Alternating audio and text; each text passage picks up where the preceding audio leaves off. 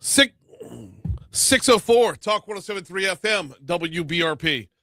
Mornings with Brian Haldane off and running. Brian here with you. Bree Lynn producing, starting you off at 64 degrees in downtown Baton Rouge. As we broadcast live from the 180 Pro studio. As we broadcast live right across downtown where they were going at it till the wee hours of the morning in the state capitol. Late night at the state capitol last night, y'all. We will talk about it. We got a lot of ground to cover today. And Attorney Franz Borghardt's in for Legally Served. We've got Corey Dennis on from the state GOP. Let's talk about the amendments that are on Saturday's ballot. Also want to talk about the recall petition against the governor. I'm sorry, I can't say that out loud without like laughing just a little bit. State Representative Paul Sawyer is going to join us. Paige Carter from LED stopping by. Jared Varnado. He owns a towing company out in Denham Springs. He's going to hop on the hotline, talk about the lawsuit abuse. And, of course, we've got Congresswoman Julia Letlow stopping by. We're hopping on the hotline at 8:35. I'm supposed to talk about her doing her job as a congresswoman right here, but it's election week. There's no way I don't completely reroute that conversation. So let's get started. Top stories and trending. Boom, boom. Boom, boom.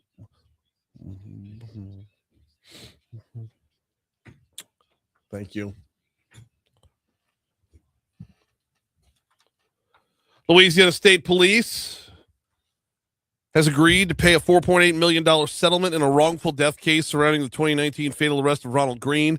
The settlement stemming from the lawsuit by Green's family comes nearly 7 years to the day after Green's death. This is one of the topics we will be talking about in Legally Served with Franz Borghardt coming up about 20 minutes from right now.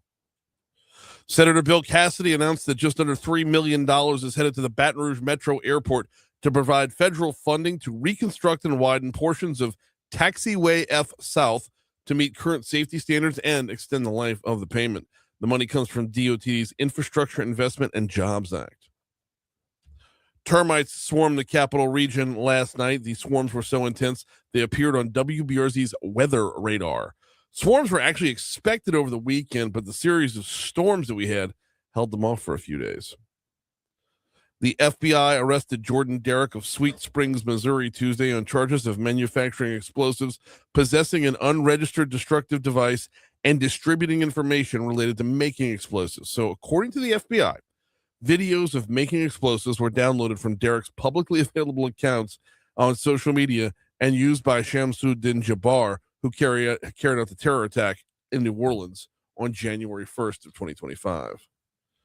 Marathon night out of the state capitol, and a bill eliminating one of Louisiana's two majority Democratic districts advanced from a Senate committee on a 4-3 vote early this morning after more than 9 hours of testimony. 9 hours. 9 hours of everybody saying the same thing over again, and nobody making a point relative to the legality of the bills. It was just 9 hours of, hey, this is how I feel. Oh my gosh. Well, I don't know how Caleb Klein-Peter does it. He chairs that. He was on with us on Monday. He chairs that committee. I thought he went through enough of it on Friday, and then it was right back to it last night. Sorry, I don't mean to derail trending stories, but I was sitting there, and I posted. Crazy. I've got a reel up on my Facebook and Instagram of like maybe 5 seconds worth of the testimony, but it's so inane and exhausting. When we talk about not liking to see the sausage be made, this is watching them prep the sausage before they make the sausage. And people repeating themselves. It's just over and over. Yeah. It's, oh, gosh. Well, it's not so much the repetition as much as it is the lack of validity to a legal argument. You're talking about when you're talking about making a congressional map, there are criteria to be followed. What someone feels like has nothing to do with said criteria. It's the expelling of angst and anger over the Supreme Court decision, right? I guess. I guess. What else is it? I don't know. Like we had something. The Supreme Court says we don't have it anymore, and so now the legislature is tasked with Franz Borghardt, by the way, is tasked with doing something that's not going to make those people happy. Okay. And by those people, I mean individuals that were supporting the existing congressional geographical lines. Right. Well, I mean, if you need therapy, get a therapist. Don't get Caleb Klein, Peter. Okay, on to what is trending. President Trump is on his way to China to meet the president, Xi Jinping. The focus of the trip will be on business. Yeah, Elon is rolling with him, too. I was like, do we know that? Elon Musk of New Iberia is rolling with him. Of New Iberia. Well, SpaceX is looking at New Iberia right now. So. What? Oh, yeah. I didn't know that. To do what? I know. Build rockets. But why really? the berry? Yes. There's nothing to do in the berry. Why the berry? New Iberia? Yes. You could build rockets there. There you go. Okay. Remember a couple weeks ago, we were talking about some aerospace incentives, tax incentives. And we talked with Susan Bourgeois about this. Oh, yes. I don't know I don't think anything's formalized yet. But I know there's some news stories out there that New Iberia could be in the works. Interesting. Okay. A new survey by Talker Research has found nearly half of the country feels their lives completely lack any fun at all. The main reasons are the lack of work-life balance and lack of money. I'm with that. I can definitely see that. With the price of just everything. And you bring it up all the time. It was supposed to be affordability. Affordability was supposed to be the buzzword of 2025. That's what we were told. That's where the focus would be. But apparently the focus is on Iran. Gosh. Yeah. And I can understand that. You work yourself to death. I wonder how that's going to play out on Saturday. I do. And more to the point, I wonder how it's going to play out in November. Saturday, let me restate that. Saturday, not so much, because Saturday is a closed primary. So if you're Republican, you're voting Republican. If you're Democrat, you're voting Democrat. If this continues on for another couple months, I wonder how it's going to play in November when Republicans can vote Democrat. Or Democrats can vote Republican. Yep. Or people down the middle who don't dial in until the last second, where they end up dialing in at. It's going to get interesting. ESPN College Game Day will kick off the 2026 season in Baton Rouge with plans to broadcast live from the real Death Valley for LSU versus Clemson. Come on. Let's go. Can't get enough. I need something to look forward to. Yep. I mean, LSU's playing Florida in baseball in a 3-game set that doesn't matter. The softball Tigers are a 16 seed right now, which is great. They're hosting a regional, and we'll talk about that in a little bit. But if you win your own regional, you got to play the number 1 team in the country. It's an uphill battle there. Basketball season was absolutely abysmal. The world hates us right now. The sports world hates us right now. We need to be looking forward to the time where they can hate us and we can laugh right back at them. That's what I'm looking forward to. Well, and look, Lane Kiffin, he always wanted to have a primetime night game at Ole Miss. He gets it. Yep. And well, we don't know what time the game is for, though. That's college game. Well, I'd be shocked if we get primetime. We do know it? Do we? I think so. That's what I read online yesterday. Okay. I'll take your word for it. I don't know that that's been announced yet. But I would be shocked. Shocked, I tell you, if it's not that way. Right. Yeah. Speaking of which, if you got friends coming in from Clemson, flybtr.com. I see what you did there. Friends in South Carolina that want to come see the Clemson Tigers get the. Oh, you know what? You're right. 6:30 p.m. start time. Told you. Boosh. If you got friends coming in from South Carolina that want to see the baby Tigers get their butts whipped, flybtr.com. If you're headed to Lexington to see LSU take on Kentucky, flybtr.com. If you're heading to Knoxville to see LSU take on Tennessee, and we all hate Tennessee right now, flybtr.com. Same is true with the Alabama game and the Texas game. They've got direct flights coming in, built out. The folks at Delta built out a direct flight. Flies in on Friday, flies out on Sunday.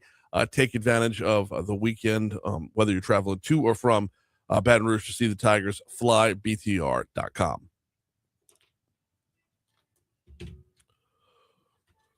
Oh.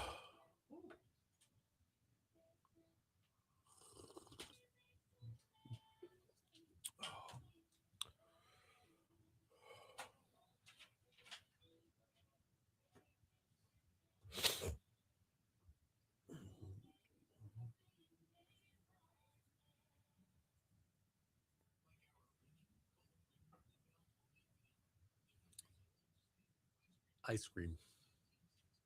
What's your favorite flavor of ice cream? I like new one. The new one that they dropped off, that's good. Brookie? The Brownie Alamo. Brookie. It's brownie and cookie. Yeah. Brookie. Yeah. It's good. But really, what I wasn't that ragged on it. It's just... It's a brookie. They launched one, what was it, 2 years ago? Salted caramel brownie. It was a limited batch. But if I had to go with a normal flavor, probably cookies and cream. Pralines and cream for me. Haagen-Dazs has a dulce de leche. Okay. That is absolutely phenomenal. And but we don't have a Haagen-Dazs place in town that I know of. We should. I mean, you can get it by the pint. Yeah, you can get it by the pint at the grocery store in the freezer aisle. But well, it's ice cream. It's frozen either way. It's always fresh, right? You know what I mean? But it's the experience of taking my boys, treating them right. well in school. Right. Walking into an ice cream shop, smelling the diabetes. Yeah. And so Fisher and I do the same thing except with crack. You did well in school. Let's go get some crack, son. Go to a click house and, wish for the best. Let's go get some. Is that Pookie? Is it Pookie? Scotty! Pookie's dead. They gonna kill me. One of Ice-T's better cinematic performances. Yeah. I would assume he made more money off. I don't know, dude. You tell me how strong of a line it is.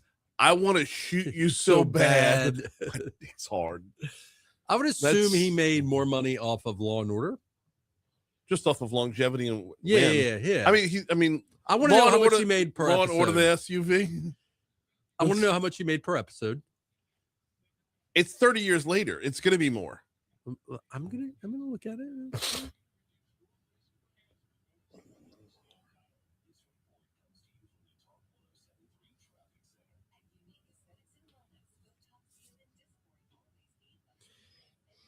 He was getting about, in 2026, he earns approximately $250,000 per episode. Okay. This salary amounts to roughly $6 million per season. Also, he gets syndication.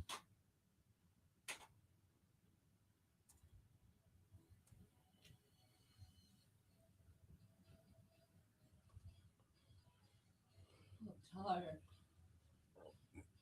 I had another. Trying to catch a second win.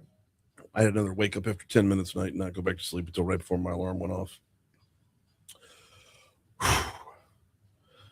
617 Talk 107.3 FM WBRP mornings with Brian Haldane rolling right along. Was telling you into the break about LSU softball.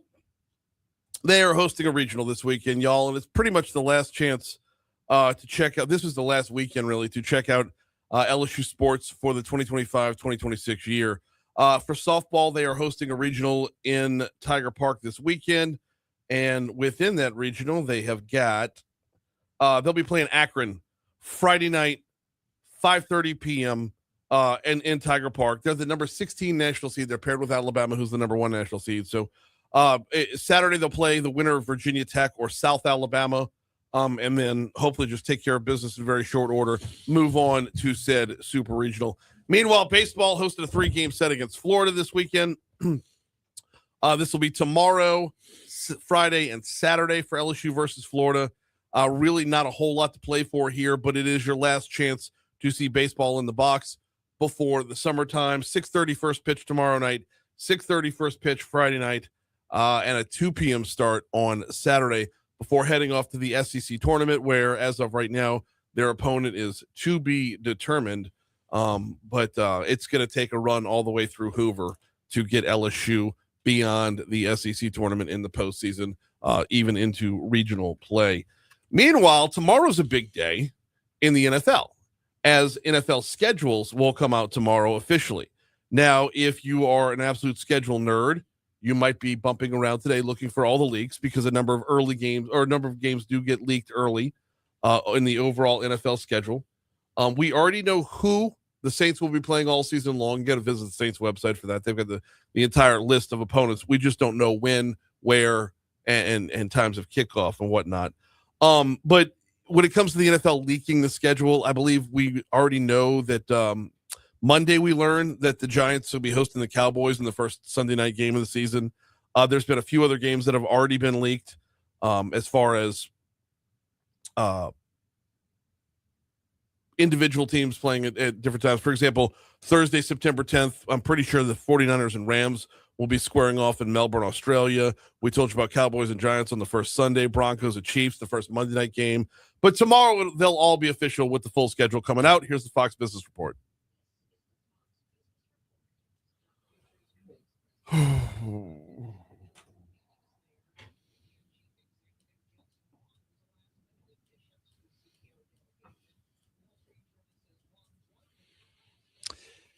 So, like, just under $5 million for that settlement.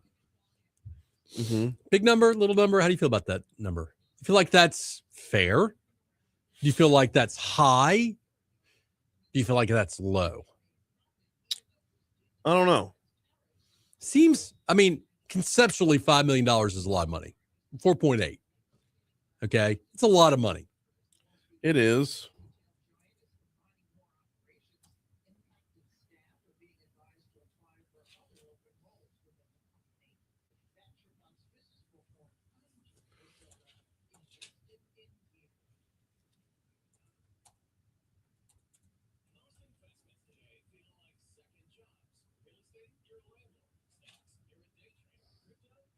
Good morning, Christy. Hey, good morning, Christy.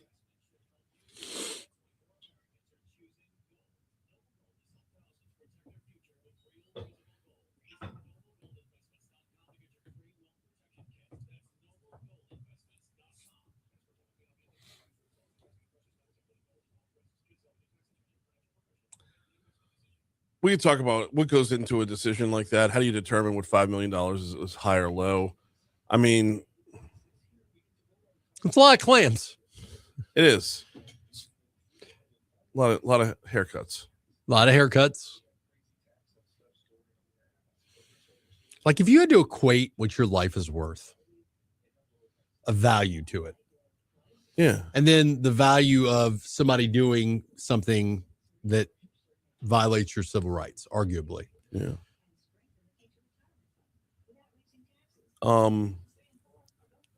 Yeah, I don't think I'm worth $5 million.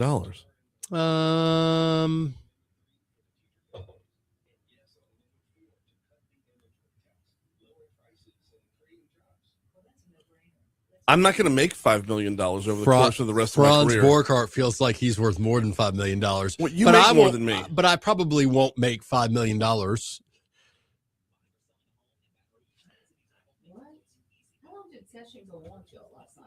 Yeah, it went late. When I went to bed at 11, it was still going. This morning was the phrase that they're advertising. We are looking at your normal delays on I-12 westbound coming in from Livingston Parish, right around Range Avenue. You're going to tap the brakes just a little bit before it picks up speed again by the Amite River, continuing to look good from the Amite River all the way to the 10-12 merge. Flipping around I-10 westbound coming in from Ascension Parish. We are good as gold there. I-10 working its way through the city looks good. 10 eastbound coming back from West Baton Rouge Parish is good, as is 110 in both directions. Surface streets, I've got nothing to report. We're clean. That's your look at traffic from the Talk 107.3 Traffic Center.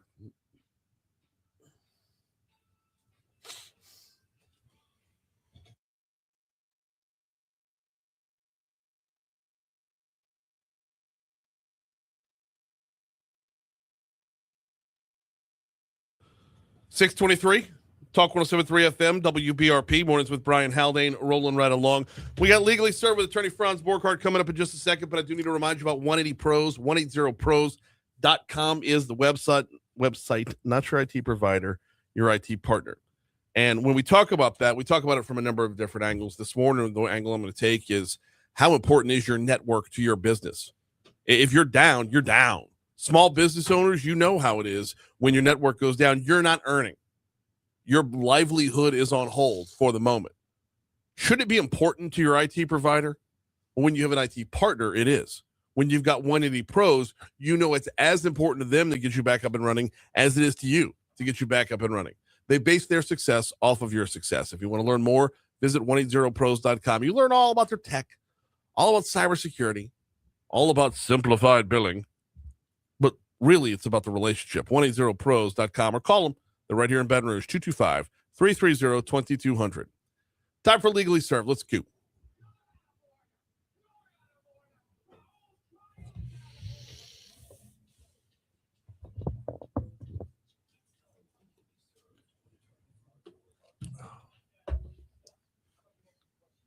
You okay?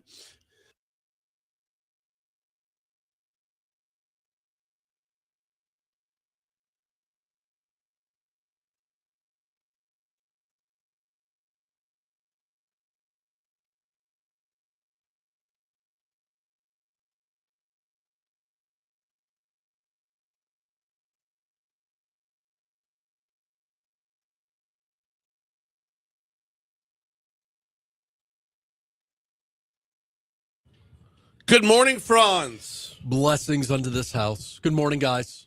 Good morning. Good morning.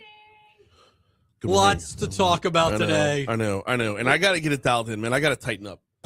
I was up late watching the legislature. I went to sleep for about 10 minutes and then woke up. I was just up the rest of the night. So I got to tighten up. We got a lot to talk about this morning. Okay. And I want to start with the Ronald Green case. Okay. $4.8 million settlement. That's a lot of clams. It's a lot of haircuts. Yes. Yeah. Let me start with this question. And we can't know specifically what was going on behind closed doors in the Ronald Green, like within those talks and whatnot. But generally speaking, what goes into putting a number value on someone's life? Well, it's not just the human life. There's a lot of factors that go into it. One, what's the cost of litigating this? Mm-hmm. What's the exposure? This was a case where wrongdoing, I don't think was really a question. Yeah. I don't think that this was a, did they do wrong? So part of it is not just the value of life, but part of it also is what do we do to show that this kind of behavior is not acceptable, which is ironic because it's the state of Louisiana. These troopers are not, it's not like we're going to Bob and Tim and saying, hey, dude, it's a $4.8 million settlement. You got any money in your wallet to chip in? Right. They ain't paying nothing. Well, you and I are paying. We're going to get into that part of the equation in a minute. More specifically, our insurance is our state insurance policy that covers this is probably paying. So then there's the question of what the value of a human life is, right? What's the value of this human life? What does he have? It's not just future earning potential. Why not? Well, because there's more that goes into it than that. If I were to look at your family and say, Brian's only worth the value of what he would have made over the next couple of years and nothing more, nothing less, I think your family would disagree with me on that point, would they not?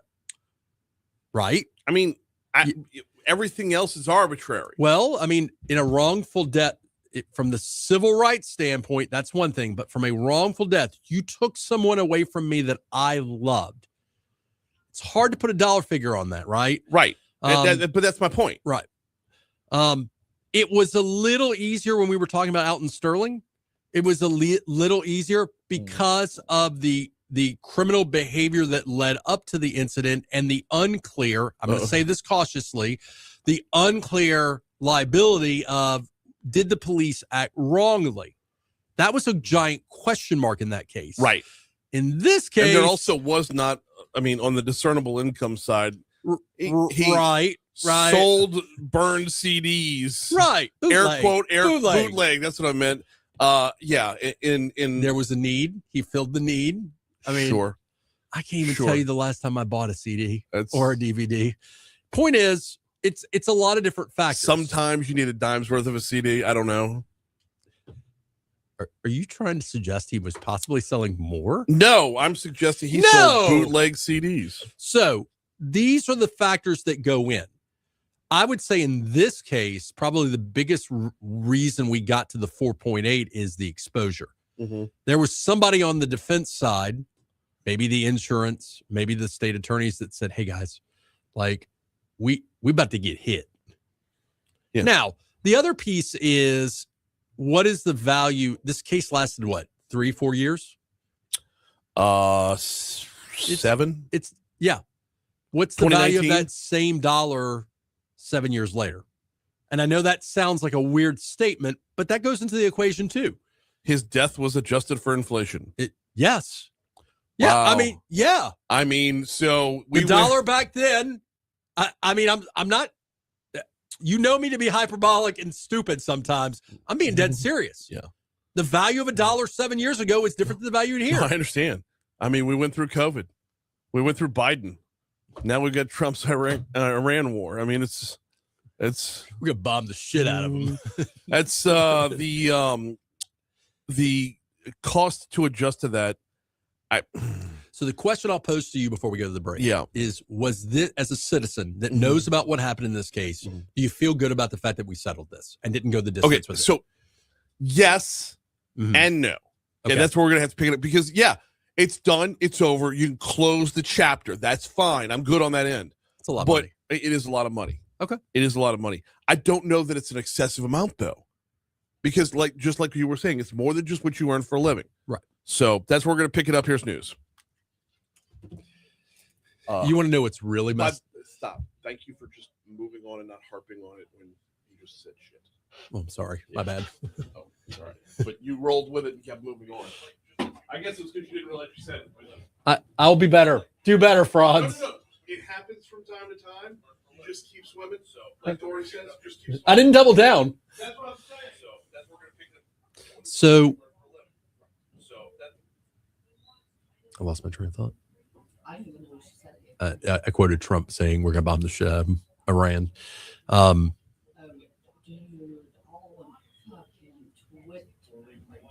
So no. I was thinking about like money. Like $4.8 million is a huge, tremendous amount of money for you and I. A check for 4.8 is a lot. But in the great scheme of things, like if you got $4.8 million tomorrow, and this is going to be carved up amongst the surviving family members, you're still probably having to work. If I get 4.8 tomorrow, I'm still working. I may work differently. I mean, right, I would, because I can't just sit at home. I always said if I won the lottery, I would keep working. There's no point not, because what are you living for at that point?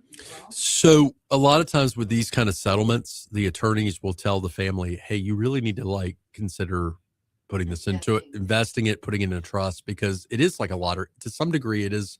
I'm not trying to devalue the gravity of what happened. But when you get a check for $4.8 million, that is kind of like getting a winning lottery ticket.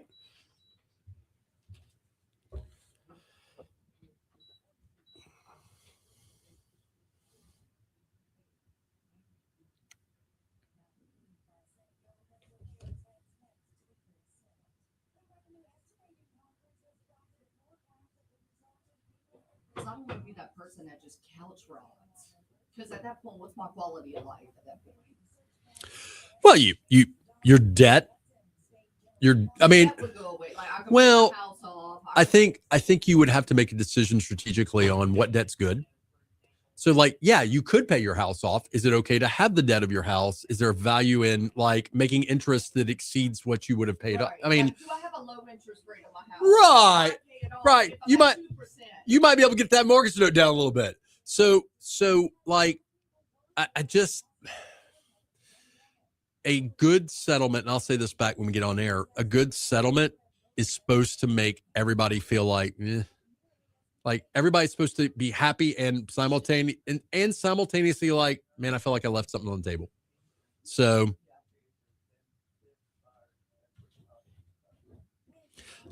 Brian Haldane, if you had a check for $4.8 million tomorrow, you're still working.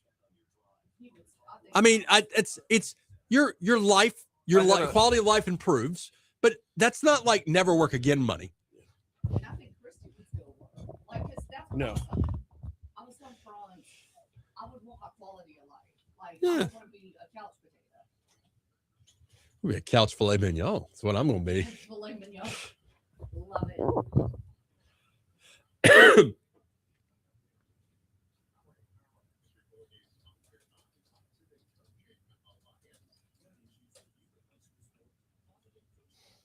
What McDonald's would you go to, Franz? The ones like right here? This government one, they've been on point lately. So I use the app. So they open at 5:30. I use the app. I pay through the app. I get there, and all I have to do is give a code. And I'm gonna have to start because Starbucks is way out of my way, and it's expensive. There is a fresh pot of coffee downstairs every morning when you get here.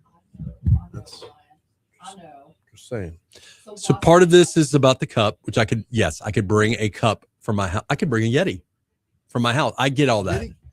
Yetis are too good. Yeti keeps it. I prefer a Yeti to keep something cold than something hot, because when something's too hot, the Yeti keeps it too hot for too long. You need it to reduce. Just down a little bit. Just down a little bit. And I don't want to put ice in it because that waters it down. Yeah. So full disclosure, after this, I'm going to go to City Roots and get more coffee. The City Roots moving. I don't know. I've got 8:30 City Court. I've got West Baton Rouge Court, and then I've got Nancy Grace today. That's right, Nancy Grace drop.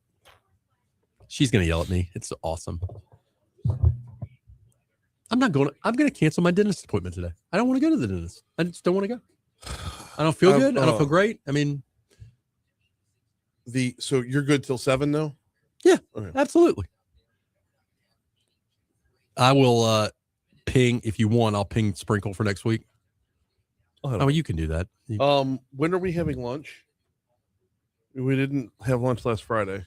Do Friday this week? We can do Friday this week. Okay.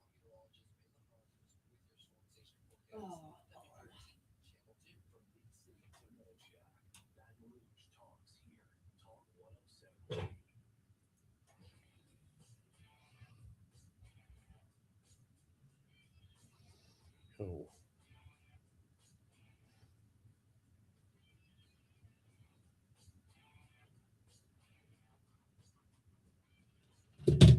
.736 Talk 107.3 FM WBRP mornings with Brian Haldane rolling right along.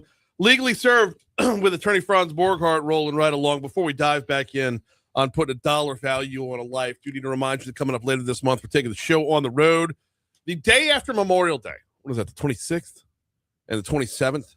That Tuesday and Wednesday, we will be on location at the Montreal Convention Center for the Louisiana Department of Education's Teacher Leader Summit. This is something that has very quickly become a tradition on this show. I love the fact that we get to do this. When you see teachers who just clocked out from an entire year, putting up with all of our little brats, and then they're raring to go for next year already. Lovely souls, not brats, souls. Snotty little germ-infested brats. I got a 10-year-old, I know. Yeah. So I'm, of course, being hyperbolic right there. But my point is, you just got done with a long school year. You should be clocked out. You should be on a beach somewhere with a drink with an umbrella in it. You should be eating shish kebab. But no, they're hard at it at the Memorial Convention Center, getting better for next year, and it's showing results every year. In fact, there was a press release yesterday. Number 1 in improvement in reading yet again. Number 2 in improvement in math. This is what we're doing in the state. We're keeping better. It's a Teacher Leader Summit put on by the Louisiana Department of Education, and we'll be there. All right, back into it, Franz. We were talking about putting a value on a human life, a dollar amount value on a human life. I feel compelled to say this. Mm-hmm. A good negotiated settlement, a good one, whether it's my criminal law cases, civil cases, while we may differ in what we're settling, a good settlement is supposed to leave both sides simultaneously happy and like they've left a little bit on the table. Wow. You know who you just quoted? Donald Trump in The Art of the Deal. It's accurate. Yeah, it is. A good compromise leaves both sides unhappy. I'm not saying that's a winning compromise. A winning compromise is I get everything I want. That's not a compromise. Right. A good settlement, theoretically, is because you know that they wanted more than 4.8 million. Sure. Right. But he's a barber. Right. And this is not a knock. This needs to be part of the overall equation. Well, how much was he pulling in for his family every year? And how much did he have left to pull in for his family every year? The other piece of this equation for those who are thinking, why did you only settle for that much money? One, it's a bird in the hand. It's a done deal, sure thing, bird in the hand. You get a check from the state of Louisiana for $4.8 million. In a civil rights case, it's not as easy as getting the judgment. You also have to get an appropriation for the money. Fun fact, the legislature has to say, now, yeah, the insurance can cut a check. Yeah, but there's a value to, hey, family, we don't have a risk going to trial and losing. Although the risk on this one was a little bit lower than, say, well, because once you're in trial, other X factors can enter the equation. So here's the other piece I'm going to challenge. You're a very intelligent human being. I admire that about you. Sensible, reasonable, intelligent human being. I'm not buttering you up for a reason. Take that. So $4.8 million seems like a lot of money. But when you're dealing with numbers that big, let's say it was $3.5 million. Would that really change a lot in your mind? Or you would still feel like, hey, that's a lot of money. Like, where is you're the number? You're asking where's the line of demarcation to say it's no longer a lot? Like, where is it for you that you're like, based on what you do for a living, based on what you observe in the state, where's the number that you feel like, okay, that would have been, I would feel better about that? And that's a difficult question to answer, right? Because like for you and me, the difference between I take a check for 3.5 just as quickly as I take a check for 4.8. I like the check for 4.8 better. But 3.5 is still a lot of money. Right. So, and conversely, if 4.8 gets it done, why weren't you holding out for 5.2? True. Like, it's just and I know I'm just throwing out a random number, but so let's talk. You want to go behind the scenes a little bit? Sure. So at this that's point, exactly why we do this. At this point, the attorneys representing the family are getting between 40 and 50% of the settlement in contingency. Not 33 and a third. In this context, what does in contingency mean? So a plaintiff's case is you're not paying me to represent you by giving me cash. We are all both getting in a boat together, and I'm taking a calculated risk because how you're paying me is I get a percentage of whatever I recover. My assumption, the standard percentage is 33 and a third, unless you get to this point in the road. So my assumption is it was higher than 33, probably 40 to 50%. Okay? You're talking about for the attorney. For the attorney. Yeah. It's a lot of clams. It is. Now, is it a lot of clams for 7 years worth of work? That's where it starts. That's where the 7 years gets called into question. Well, the case was put on hold a couple times. Yeah. It was 7 years almost. The settlement stemming from, no, that's not the right line. Where was it? Green's family filed a wrongful death lawsuit in May of 2020. In September 2020, some stuff maybe came out. Yeah, and then the suit was put on hold for several years as the U.S. Department of Justice got involved, but was reopened in February of last year. So that changes it from 7 years down to closer to 2.5, because you got a gap down the middle where they didn't have to do any work. And remember, the other thing we're downplaying in conversation is that number also represents the state of Louisiana being penalized for wrongdoing. It's not punitive damages, but it's punitive in nature. The thought is the state will have incentives, theoretically, to discourage this kind of future behavior. Theoretically. Okay. That's going to open up a whole other part of this discussion. We had other things we're supposed to talk about today, but this I can't peel away from this, because what discourages it based off of that? Because the cops who did it aren't held liable for it. Ding, ding, ding, ding, ding, ding, ding, ding. Goes back to what I said earlier. Trooper Bob, Trooper Tim, whomever these troopers are, they're probably long gone. They're not personally going to cut a check for anything. Right. Nothing. Which we'll ask, you know what, let me go ahead and ask that question now, because we got about 3 minutes here. Nothing in this case. Does Ronald Green's family have the opportunity to sue these former officers directly, like in a civil suit? I would assume that this settlement settles everything. Everything. Probably. Okay. So now you've lost your disincentive. Correct. Money's a funny thing, isn't it? And by the way, now, hang on. You're walking me up to a part where I'm starting to feel like 4.8 might be low. It is low. You asked me at the outset, is it low? I haven't yet said it. It is low. Okay. It's low in the context of, now, what is the right number in this? Well, we could start splitting hairs about the negligible difference between, well, let's say it was 6. 6 feels to me, and dude, I'm not a civil attorney. I'm not a tort ninja. I'm not like a plaintiff's attorney. 6, to me, for some reason, 6 felt a little bit better. But the negligible difference between 4.8 and 6, yes, I understand it's 2.2 million. It's 1.2 million. I'm sorry, 1.2 million. See, I'm bad at grammar and math. Well, you Catholic high boys can't do math. Damn, dude. Come on, man. And my grammar on social media, by the way, if you ever follow us, it's atrocious. Can we take just a second to talk about how people use the word grammar for everything wrong in the English language? I feel like spelling and grammar are in the same family. They are not. Okay. Grammar is contextual and structural. Spelling is spelling. Okay. Mispronouncing something is mispronouncing something. It's not grammar. Do you feel in charge right now? If you say, what are you, Bane? What? Big old words. My grammar. Big old I got words, good Brian. grammar. I got well grammar. Right. Okay. That's my point. So the difference in the context of, I'm telling you, a higher number would have made me feel better. 10, I would have been like, that's a big number. Mm-hmm. My eyes get a little bit bigger at 10. 4.8, I feel like maybe they left something on the table. But that is the nature of a good settlement. Right. And it's also the nature of the bird in the hand. If you feel like you could get 7 out of them overall, now you take that 2.2 to get it now because the money's in your hand. You could do something with it to make it start working for you. Surviving family members. What is the value for closure in something like this? Can you put a dollar amount on it? Oh, no, I can tell you what the value of closure is in criminal cases when we're talking about murder cases and rape cases. Really? There is a value. Monetary? There is a emotional value in this joker is pleading guilty to this crime. I don't have to go to a trial. It's done. And more to the point, there's an acceptance of responsibility. A settlement, while the settlement language may be, well, we're not accepting any liability for this $4.8 million.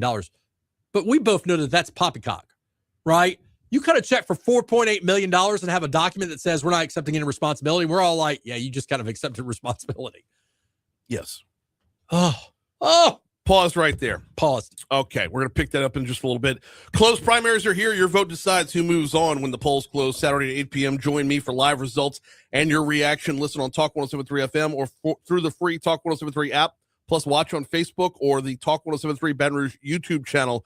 Award-winning election coverage right here on Talk 107.3 FM. Quick break. We're back next.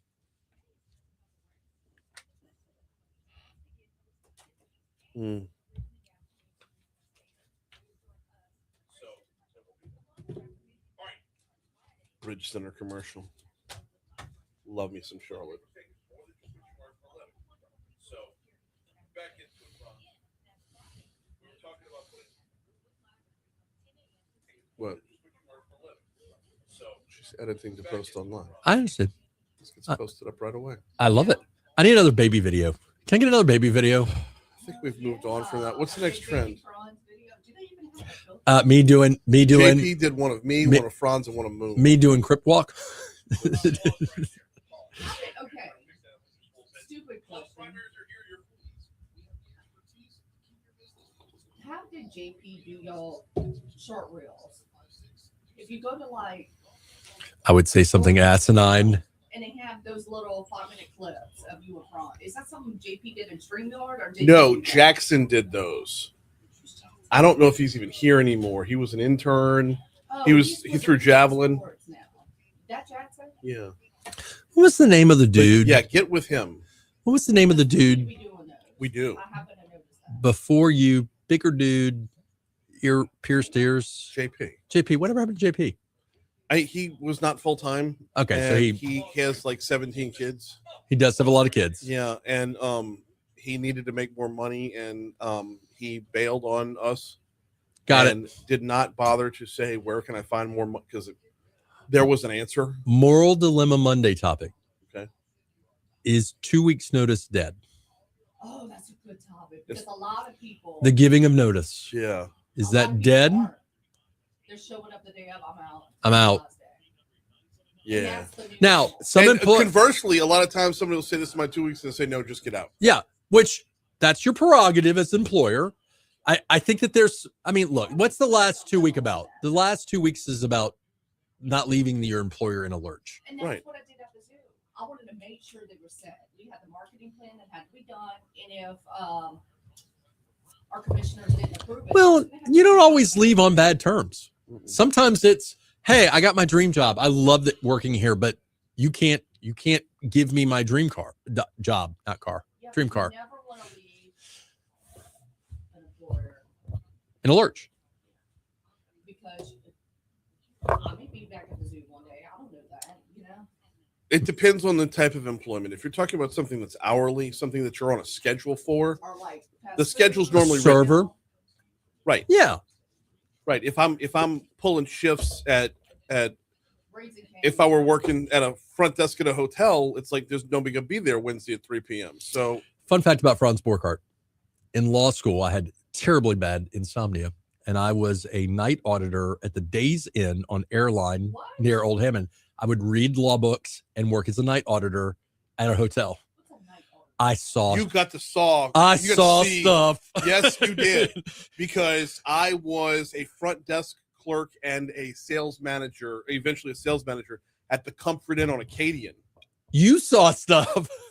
Oh, I saw a guy die in my parking lot. Yeah.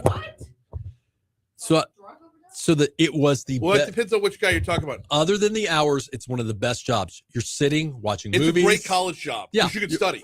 Study. You are the night desk guy. You hit close on the computer and it does all the math for you. And you're otherwise working the front desk. Right. You check in two people. I would read homework. Somebody comes in and says, I got this $49 coupon at Denny's. You take cash? You take cash? Oh, I take cash. You take by the hour? I take cash. If you're paying cash, your room's $29 in the computer and $50 to your face. I'm not saying I did that, but I did that a lot. I love when the lobbyist rolls in and says, where's the nearest escort service? And you say, first of all, sir, this is a Comfort Inn. And secondly, do you want nearest or best? Oh, God. These waffles, these continental waffle. Yeah, we didn't have a waffle maker. Oh, it was gross. Until later. When the Patels bought it, we got a waffle maker. So gross. So gross. We had the cup, the individual cereals. I want to be an auditor at like the peel Alamo. back the frosted flakes. I want like Alamo hourly. Our night auditor, oh my God, this is a blast from the past because the building's no longer there. Our night auditor actually lived at a different hotel. He lived at the Prince Murat. Remember the Prince Murat on Nicholson? Yes. Holy crap. Doug was his name. Of course it was. Oh, man. I met some great people working at the hotel. I ran into a girl that I worked at the hotel with not too long ago. And so good to see somebody you haven't seen in 20 years, you know? Mm-hmm. 652 Talk 107.3 FM WBRP mornings with Brian Haldane rolling right along. We got Franz Borghardt in for another 7.5 minutes for Legally Served. I don't know that we want to open up another story here because there's still parts of the equation that are left undone. The only other story I want to talk about, and this has been a recurring theme for us over the years, is reporting. You know what? Yes. Okay. No. We don't have to get into a fact-specific case if you don't want to, but have you noticed that, and I'm not singling out any of the news entities or investigative units of any of these organizations. I'll point one out in a minute. Yeah. Go ahead. They report stuff because they really want to be the first to report something. Yeah. And they maybe don't get it accurate. And I'm not talking interpretively accurate.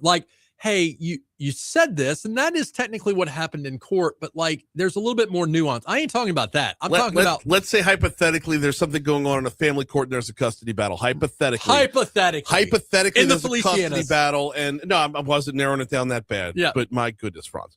Okay, so hypothetically, there's a custody battle, and you interview the mother, and you get the mother's side of the story. The mother's side of the story is super emotional, and oh my gosh, everyone's going to click on that because it tugs at all the heartstrings. But you ignore the father's side of the story.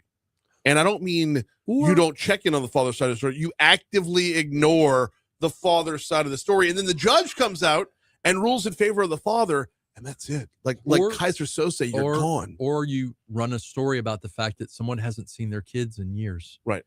and you maybe leave out the fact that they were found factually to be abusive to the kids and that there was a structured agreement that they needed to get some counseling and do some things and they could spend time with their kids, and they're not doing that. The one-sided is not even a sufficient description of what we just described. Right. It is irresponsible. And look, I don't consider myself a news person. I'm a commentator. I'm a talking head. Is that fair to say? I'm a talking head. Yes. We can use the word pundit if you want. How would you classify yourself? I'm an entertainer. You are an entertainer. Are you not entertained? No, I am. I mean, in the most classic of sense, I'm a storyteller. But you sometimes we are blurring the line of reporting news. 1,000%. Secondhand news from I am a member of the media, which means I have a responsibility to report only the truth. Right. But I am not a journalist. So my issue is the irresponsibility coupled with the platforms of social media where stuff gets viral. People get doxxed. Doxing, for those who don't know, is, hey, you're a bad person. I'm gonna blast you on social media, and I'm gonna blast your job and all this other stuff. And I'm gonna show up at your house. I'm gonna show up at your house. To quote Omar, I keep one in the chamber. But that said, I'm noticing it. Maybe I'm just noticing it more. Possibly. We also live in a world of echo chambers now, where I'll give you a great example. CBS, 60 Minutes was in here last Tuesday. 60 Minutes flex. Love it. They were in here last. I got cut, so it's not really flex. You weren't on there? No. Did you watch the story on Sunday night with Jeff Landry and then you weren't in there. Cleo Fields? I saw Jeff. They were in here filming for half an hour. Okay, those guys are journalists, right? Between the photog, the camera guys, the audio techs, and the producer who was in here, those guys have a responsibility to tell both sides of the story. And by the way, shout out to them because they told both sides of the story. Actually, shout out to them because they let the story tell itself. Everything that you saw on CBS was based off what we're describing. But is the distinction between a major network and a major news program, right? And a lone wolf, right? The lone wolf has nobody to be responsible to. They're not responsible to a news desk. They're not responsible to upper brass. They're not responsible to management, and they're not responsible to ratings either. They're only responsible to the clicks that they get and the sponsors that they have because of the clicks they get. So if your only responsibility is to clicks, you need to tell that emotional story regardless of if there's a mountain of fact on the other side. I'm going to use an example, one, because I love my cousin Vinny, but two, because it's very much demonstrative of what I observe. There's a scene in My Cousin Vinny. I shot the law clerk. I shot the clerk. I shot the clerk. Yeah. And it's framed as a confession. Mm-hmm. But if you watch the scene, it's, I shot the clerk. Right. It's a question. Right. What I feel like we get more so now in the cases I observe, not just the cases I'm involved with, but the cases I'm observing, is he said he shot the clerk. Right. And I'm not blaming people. Look, here's the other piece. Do I feel like citizens have a responsibility to fact check these stories? Sure. But the reality is the bandwidth of a viewer or a reader of these online contents is they're not going to check 3 or 4 different sources. And maybe they should. So they should. They absolutely should. It is the listener's responsibility, the reader's responsibility, the viewer's responsibility. And here's the thing, though, is you don't want to because the story you heard made you feel self-righteous inside. The story you just read, cognitive dissonance. It's confirmation bias. Right. Yeah, that's right. Go get him. That's a bad guy.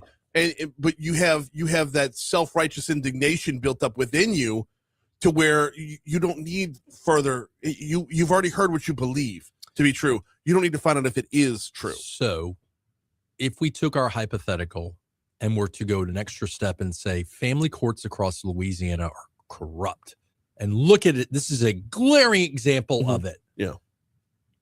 They're not.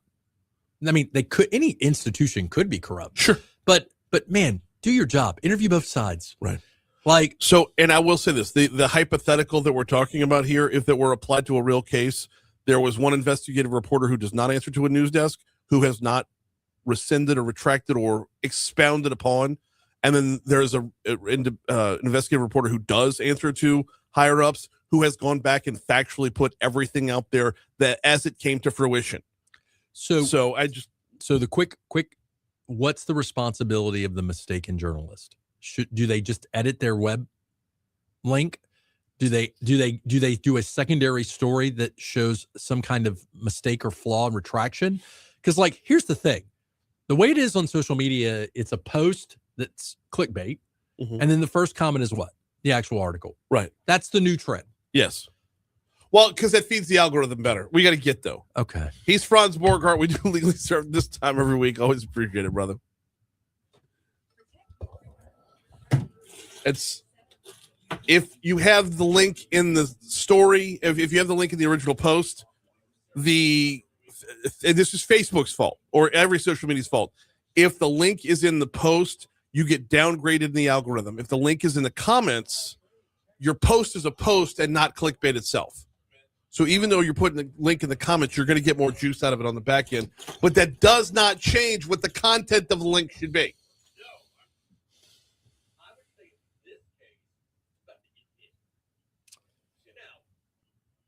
I struggle sometimes, and this is about to have a vulnerable moment with Facebook Live. I struggle sometimes because I don't want to be a part of the problem. And my commentary is based on facts that I'm fed. Now look, for example, I'm on Nancy Grace today, or I'm on Court TV. I'm given multiple sources for what's going on in court, or I'm watching live court and I can see it with my own two eyes. Yeah. But on a lot of stuff that we talk about, I'm relying on WBRZ, WAFB, Independent Lone Wolves. I mean, maybe not so much the Illuminator. I don't rely on the Illuminator at all. It's not illuminating. No. I feel like if you name your publication, and I'm hating right now. I feel like if you name your publication the Illuminator, you're trying a little bit too hard. Yeah. It's, by the way, it's kind of like if the word elite is in your AAU team name, you're not elite. That's that. Christy and I get a laugh at that. There's a TikTok going around about that. And every time we're at a tournament now and we see a team that's Southeast elite, you're not elite. It's just, an elite person doesn't have to point out correct that they're elite. Correct. You could just be a regular Joe. Hey, is Fisher doing Mongoose over the summer? I think he is. I think James is going to get it. I've loved it. We can talk off. I've loved it. I've been pleasantly surprised at some of the coaching I've seen. Is Smokey still out there? Not Smokey, a Cookie? I don't know who Cookie is. And I've been very pleasantly surprised. For their age, he's great. Yes. Yeah. 10-year-olds. And I will say that there's a level of conditioning that I've observed. My son is a lineman. Mm-hmm. He is not built for running and speed. He has been running. And I've seen the improvements. Am I seeing improvements with his general basketball skills? Sure. But part of that is, I think, playtime and correction, coaching. Yeah. So yes, is the answer to that question. And I think it's of the league play I've seen, it's good. And yeah. I would. They communicate very well. Have you done it before with any of the kids? Carrie and Abby both did Mongoose. Yeah, I love it. I mean, I loved it for both of them, but there's also savage.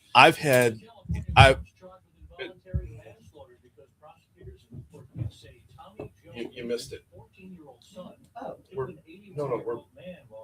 news. Brock has had issues with me in the past. He believes I coach from the stands, and I don't.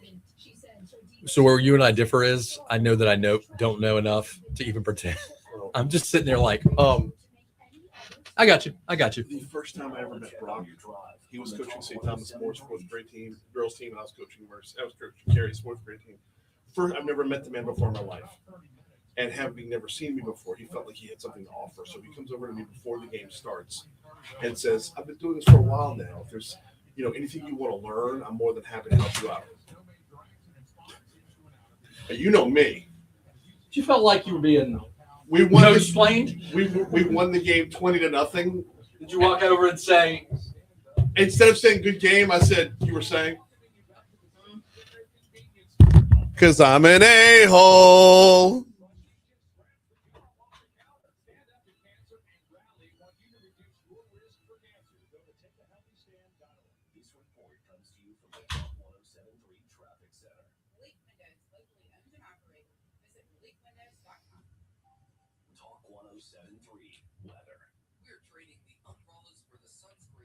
As we're moving into a very different weather pattern. For your Wednesday, high temperatures getting to 86 degrees under mainly sunny skies.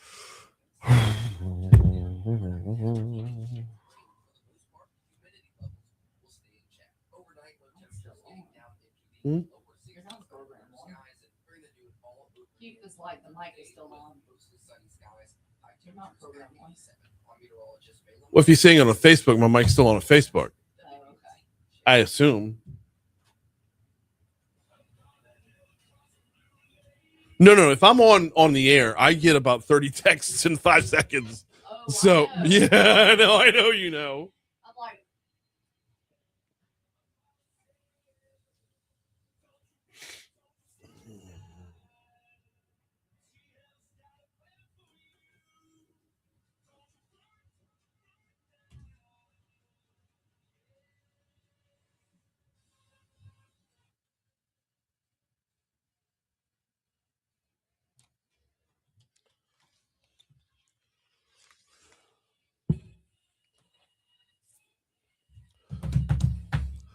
$7:05.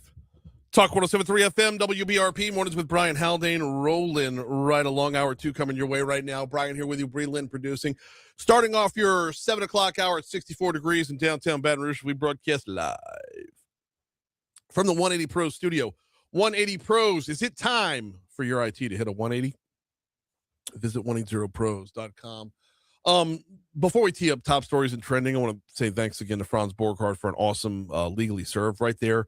I understand that last segment was a lot of hypothetical and not naming names, but it lends to a bigger point about journalism right now, and how echo chambers, confirmation bias, and clickbait are a deadly combination for us as a society.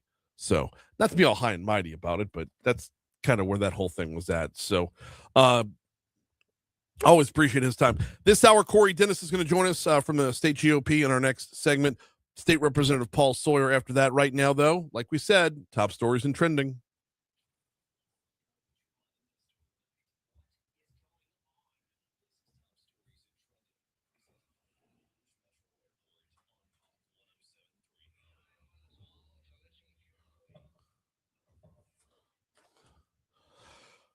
Louisiana State Police agreed to pay $4.8 million in a settlement in the wrongful death case surrounding a 2019 fatal arrest of Ronald Green. The settlement, stemming from the lawsuit by Green's family, comes nearly 7 years to the day after Green's death. This was a big topic and Legally Served just a little while ago. Senator Bill Cassidy announced that just under $3 million is headed to the Baton Rouge Metro Airport to provide federal funding to reconstruct and widen portions of Taxiway F South out at Baton Rouge Metro to meet current safety standards and extend the life of the payment. The money comes from DOT's Infrastructure Investment and Jobs Act.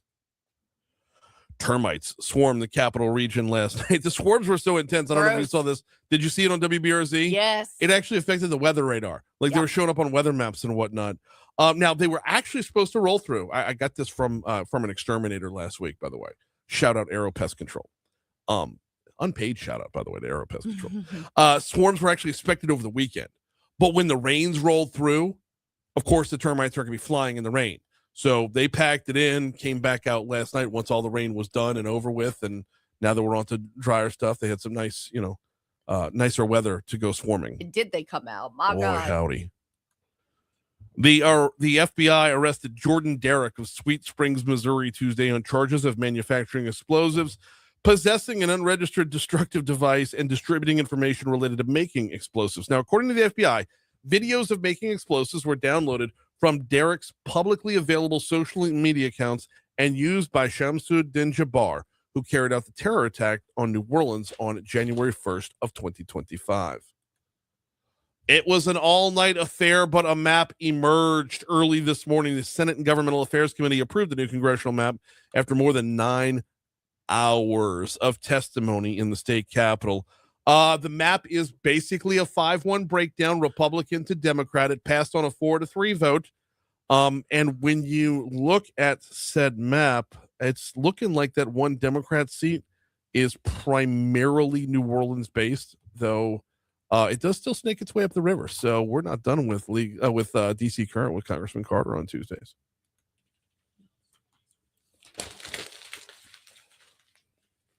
What do you got? President Trump is on his way to China to meet with President Xi Jinping. The focus of the trip will be on business. Which is why Elon Musk is along for the ride. That is okay. Yeah. So, yeah. Is this more of a how we can partner on them technological? I'm assuming because Elon Musk is in tow. Probably because there's a few more people that are along for the ride as well. I think at the rest of the list. But Elon Musk of New Iberia, by the way. Can you see Elon Musk in Vermilion Parish? No. Did you see that story at the Advocate from like a week ago? I did not. The headline: Could SpaceX be buying land in southern Vermilion Parish? About 136,000 acres. Of all places. Man, we gonna build some rockets, us. You know, right? That's of all places. I know. A new survey by Talker Research has found nearly half of the country feels their lives completely lack any fun at all.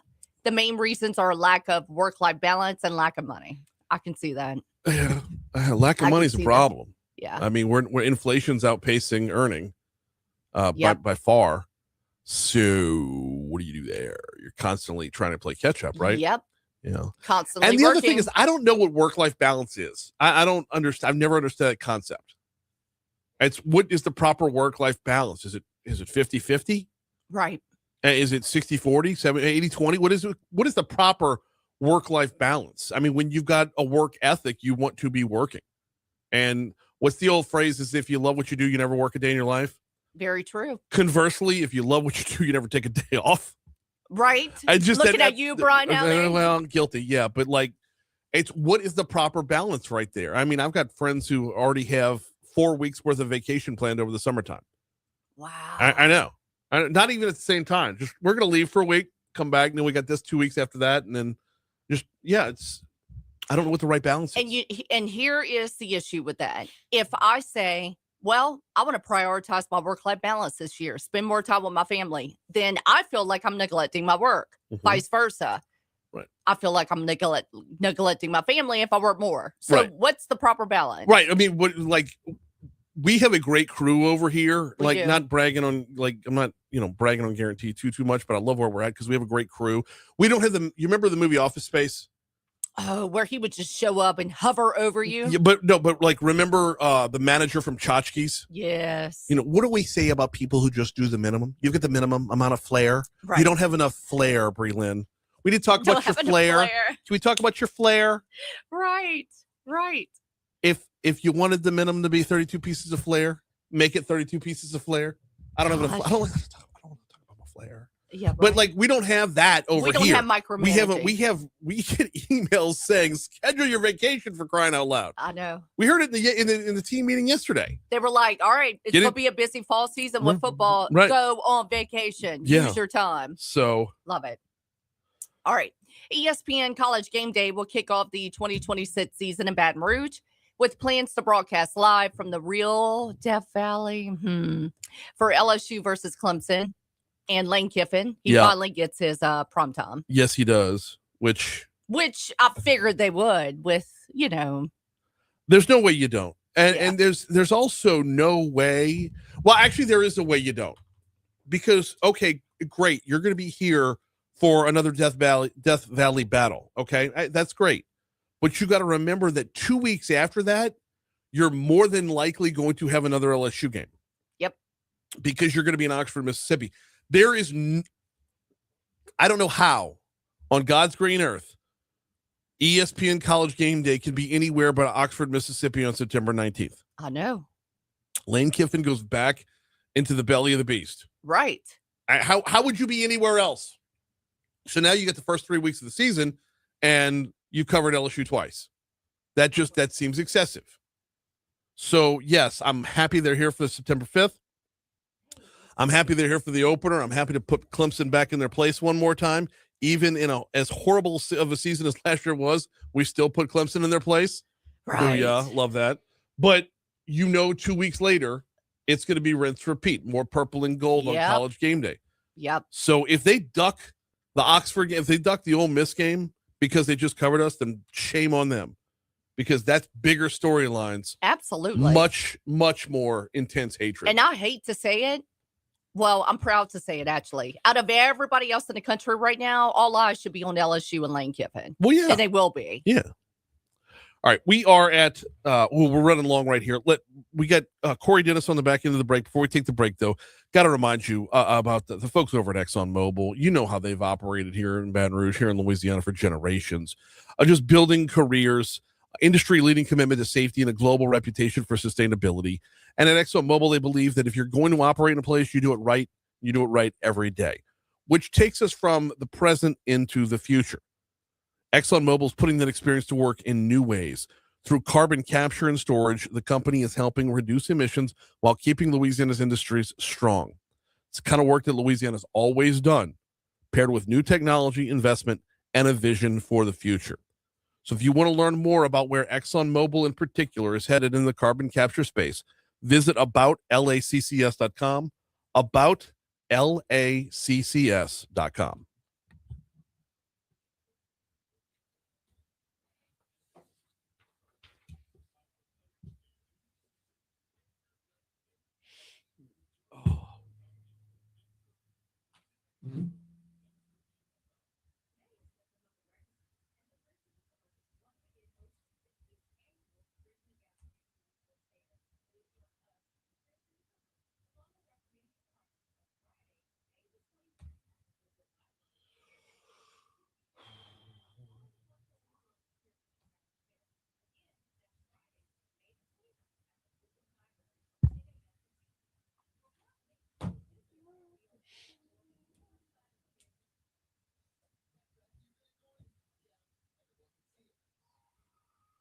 I don't understand that commercial.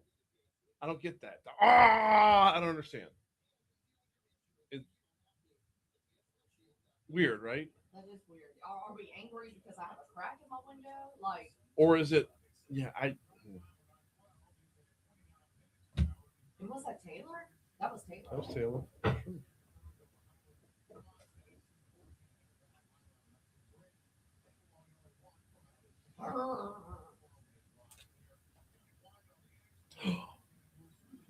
What happened? You double booked, huh? No. Facebook memory has a picture of James when he was 2. Oh, show me. Show me James. He looks like you, Brian. Aw. He's falling out. My boys. Look, and there it is 2 seconds later. Out like a light. Yeah. Yep. Actually, he favors Christy, too. You think? I would say he looks like you. Oh, so cute. I hate when Facebook reminds us how fast time is flying. Oh, I know.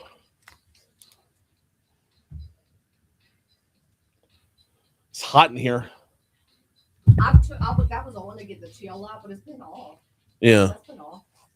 Weird. 717. Talk 107.3 FM, WBRP, mornings with Brian Haldane, rolling right along. We are, lest we forget, we are in the midst of an election week. And when we go, if you didn't already go to the polls for early voting, which I did not this year, if you didn't go to the polls for early voting, you need to go on Saturday. And you need to pay attention when you read through the amendments, because there are a few amendments that are very much worthwhile. I'm always baffled by the number of people who complain about how bad everything is in Louisiana. And then when there's constitutional amendments to vote for, they just blanket vote no. Or they won't even know what they're voting for. But they just because of that, they just blanket vote no, which is the same as saying, I hate everything the way it is, and I want to keep it exactly the same. Right. How dumb is that? Yeah. I'm going to continue to drink poison until my enemy dies. If you want change, you got to vote for change. And we have that opportunity on Saturday. Joining us now is the executive director of the State Republican Party, Corey Dennis. How are you, man? Hey, Brian. How's it going? Good morning. Good morning. Glad to have you on. It's going great on this end. How about on yours? Oh, it's great. It's great. And as always, thanks again for sharing your listeners with us. We really appreciate it. Always. Got to ask, how much of the Senate Governmental Affairs meeting did you watch? I think I was up and I think I fell asleep at 3:30. Oh my goodness, they were still going at 3:30. Yeah. I don't think they actually ended till about 4:30. So I missed like the last hour, I think. I mean, how big of a jerk would I be if I put you on hold and we try to buzz in Caleb Kleinpeter right now? You would not be a jerk at all, but I'm to be awake. I don't think we would like anything he would have to say at this moment. He would be, who the hell is this, and why are you possibly calling me right now? You know, Brian. It's funny you bring that up because look, I commend the committee for staying up that late and letting the voices be heard. But yes, you know, this ties into the amendments as well. But I think it's important for everyone to remember that every time Democrats lose or they don't get what they want, the first thing they say is, "Oh, they're racist." Yeah. Everything comes down to race. And I find it interesting that SCOTUS, Supreme Court, said you can't draw the maps by race. And you have those two maps yesterday. That was Senator Price and Senator Morris. And both of them said they weren't drawn based off of race, right? Right. But if you look at all the vast majority of support for Price's bill, it was all race-based. If you look at the vast majority of opposition for Morris's bill, it was all race-based. Right. So what does that tell you? And I think we saw it. You know, I talked to you shortly after the Charlie Kirk assassination. We saw what happened last week with Senator Carter and the executive director of the Democratic Party. And when they use this language, it incites violence. Now, I really don't believe that they want violence. They whenever they're losing, they go for the lowest hanging fruit. They say that we're racist, and they use anger and deceit to motivate people, and now they're using that same anger and deceit to try to recall the governor in this ridiculous recall petition, and now they're using it to tell voters to vote against their interests. And you know, that comes back to these amendments. Yes. You know, amendments, especially 1 through 4, they're not just good conservative amendments. They're good government, good Louisiana amendments. I mean, you know, Amendment 1 talks about, reforming the government.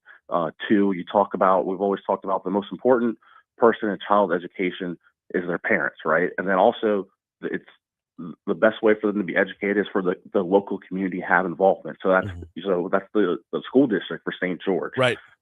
The Democrats especially always talk about we're here for the teachers. We're here for the teachers. We love our teachers. Well, Amendment 3 gives them a permanent pay raise that they should have gotten years ago. And then Amendment 4 again starts to get rid of the inventory tax, which is good for business, good for the consumer, and good for Louisianans.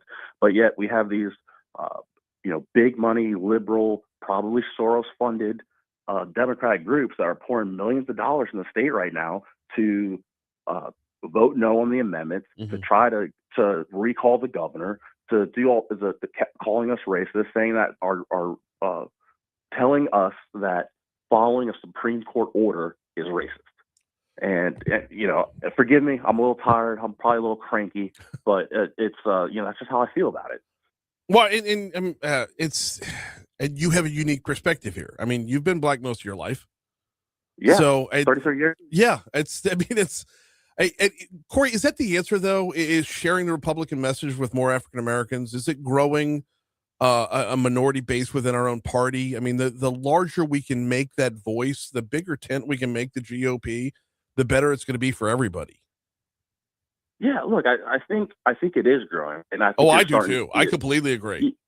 You see it in elections, right? You know, I think the president nationwide got a larger percentage of the black vote than people expected. Yeah. Governor Landry certainly did. Governor Landry actually, on all the elections, has picked up more black voters than anyone expected, which I think is really interesting. Now that they call him racist, but it's definitely a messaging issue for Republicans and Democrats. I say a good friend of mine, Deontay Johnson, you should have him on the show. He's the founder of the Black Conservative Federation, and it's a national organization. He said the other day that he feels like black folks never have a voice because for so long they've been guaranteed for the Democrats that the Democrats pay them no attention, and that Republicans don't even try. And I don't think it's 100% true anymore. We're starting to see that peel off. Excuse me. But we need to do better, and I think we are. but it's gonna be a process, and it's just so unfortunate and so frustrating for me to see Democrats, again, with no facts, no basis of real information, but just using anger and fear to motivate black voters, and it's frankly offensive. I hear you loud and clear. But I didn't mean to make it about you. I didn't mean to make it about this in particular. But I mean, it's kind of where it's headed. When every argument out there pits everyone against everyone on race, it's difficult not to fall down that rabbit hole. Oh, absolutely. And again, I think we were talking about early voting earlier, right? Well, one of the reasons I wanted to call in is because Democrats are outpacing Republicans in early voting by about 6,000 or 7,000 voters right now. And these amendments, especially amendments 1 through 4, are extremely important to moving Louisiana forward. I mean, I would implore all Republicans to remember that we elected a great conservative governor in Jeff Landry. We elected a conservative legislature to help move Louisiana forward, and they're doing their job. It's now they need us to do our job, and that's us going out on Saturday voting. We got a Senate nominee to pick. There's the Bessie election, Public Service Commission, and some other things. State Supreme Court. Yep. But we also have those amendments, and Republicans need to show up on Saturday and vote yes on 1 through 4. Okay, so I want to break these down, talk about 1 through 4. I'm going to cherry pick number 3 to go first because I feel like of those 4, number 3 is probably the most important to the entire state. St. George people, bear with me, okay? I'm so much in favor of number 2. Absolutely, I'm with you. But when you broaden out statewide, giving our teachers a permanent pay raise, I don't know that there's quantifiably something that is going to show better ROI than this. Oh, you're absolutely right. I mean, look, we're making gains in the education space, as you know. Kate Brumley's doing a great job, and there's a lot of great teachers out there, right? And I think it's about time that instead of making them kind of sing for their supper every year to try to get this stipend, we can just give them that permanent pay raise. And then also, it's not just giving the raise, it's also paying down debt, which is a great conservative policy. Yeah. So there's a lot of upside on all fronts with Amendment 3. Now to give the back end of that story, in order to do this, a trust fund that's been around since Miami Vice was on the air and hasn't been touched does have to be cashed out in order for us to pay for this. But what I love about the writing of this is it doesn't leave the door open for us to make that a habit. Correct. No, it's I think the legislature did a really great job of putting this together, and especially I think it's really easy to understand. I think when you go to the ballot box, it's these amendments aren't written in such a way that are confusing, that make you want to vote no. You get what I'm saying? Yeah. Well, I wanted to go to number 4 next, but you talk about the way things are written. I think number 1 is the most that's left up to interpretation, and number 1 is the one that's probably going to have people glaze over. So dive into what what amendment number 1 does and why the state GOP is in favor. Of course, yeah. So I consider it a good government reform amendment, and basically you have classified, unclassified employees. In other words, there are some positions in the state government that you basically can never get fired, and there's some that are essentially at will. And what this does is it allows the legislature, not the governor or anybody else, but the legislature, to determine which jobs will be unclassified or classified. It doesn't actually, voting yes on this amendment doesn't change any classifications at this time. It just allows the legislature, if they so choose, to go and reclassify certain positions in state government. And so it does sound a little bit complicated in some ways, especially if you're not. I used to work in state government, so I understand it. But that's the long and short of it. And again, it's a good government reform. Make sure we have a government that's working for the people, not the other way around. Corey Dennis, Executive Director of the state GOP, is on with us right now. Once again, we'll get to St. George in a minute, but walk me through the inventory tax amendment, because it's important to know that this is no great movement on a statewide level. This opens a door for movement on parish by parish level. Correct. And, this is something that when I moved to Louisiana, so many people talk to me about, get rid of the inventory tax, get rid of the inventory tax. I know a lot of business owners that this affects obviously. And what this does is right now, our state law says that there shall be an inventory tax. Mm-hmm. Voting yes on Amendment 4 makes that shall a may. So then we may have an inventory tax. And what that's going to do is it's going to take away the state mandate, and it will put it back on the parish level. And the parishes can decide whether or not they want to impose the inventory tax or not. And the state has some incentives to help, because, frankly, there are some parishes that rely on that tax income, right? So the state has some incentives to help kind of bridge the gap for a little bit if parishes do decide to get rid of that inventory tax. And again, the Republic allows us to get rid of taxes. Okay. Sorry, you dropped out for just a quick second there. You bottomed out. Oh, sorry. No worries. We got 30 seconds left. He is Corey Dennis, the executive director of the state GOP. So from the state GOP perspective, it's a yes on 1 through 4. Are we just Correct. holding off on an opinion on 5, or are we opposed to it? Yeah, I mean, I have my personal opinions on it, but the party's officially taking no position on it. So we're really focused on 1 through 4. And again, get everyone out and vote this Saturday. Absolutely. Corey, we always appreciate the time. We don't talk enough. I'll hit you up very soon. Thanks, Brian. Have a good one. You too. It's 7:30. By the way, I'm a big yes on Amendment 2 as well. Your destiny should be in your own hands, St. George. I'm here for you. Here's news.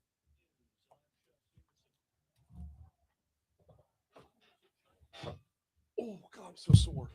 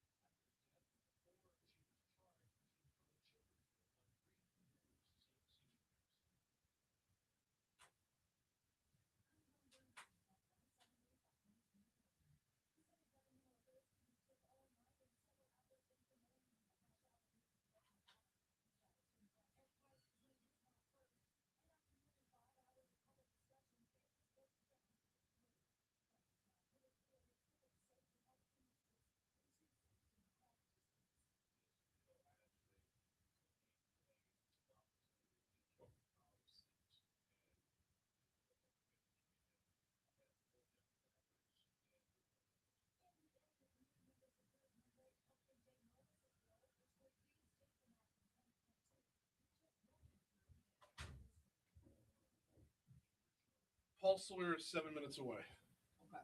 So he's going to start on the phone and then continue on his way in here.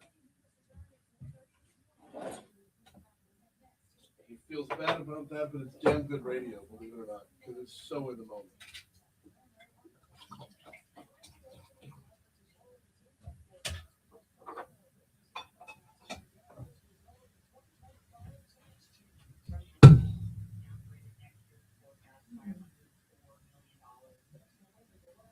Is the hotline working?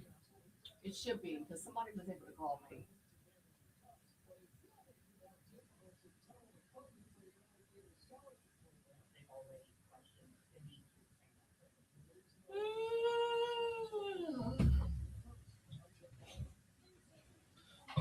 So Debbie wants to know, is anyone on this morning going to talk about these lawmakers voting a raise for themselves? The teachers need a public vote.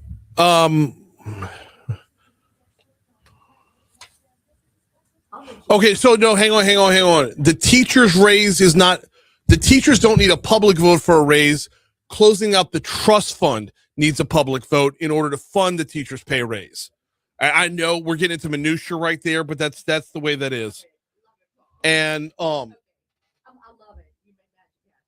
I'm gonna drop you on hold, okay? I'm so Moon and I are on opposite sides when it comes to the state legislators voting for a pay raise. I was talking with the author of the bill, Big John Ilg from Harahan. No, Big John Ilg from Harahan. And when you look at Our state legislators, I don't believe, have had a pay raise since when? Since the Carter administration. And yeah, the price of gas has gone up since then. The price of hotel rooms has gone up since then. The price of food has gone up since then. So it like leaving your job to come do this job. And oh, by the way, the less you pay your state legislators for their quote unquote part-time job, the more you're going to narrow down the field. And you're going to narrow down the field to where the only people in that damn building are trial lawyers. And do you want that right in your laws? I'm all in favor of making it amenable to business people, to shop owners, to doctors, to accountants, to anybody who can step away from their job for just long enough to come to the state and put their level of expertise into the equation. So I'm not an opponent of that. That's a Moon Griffon thing.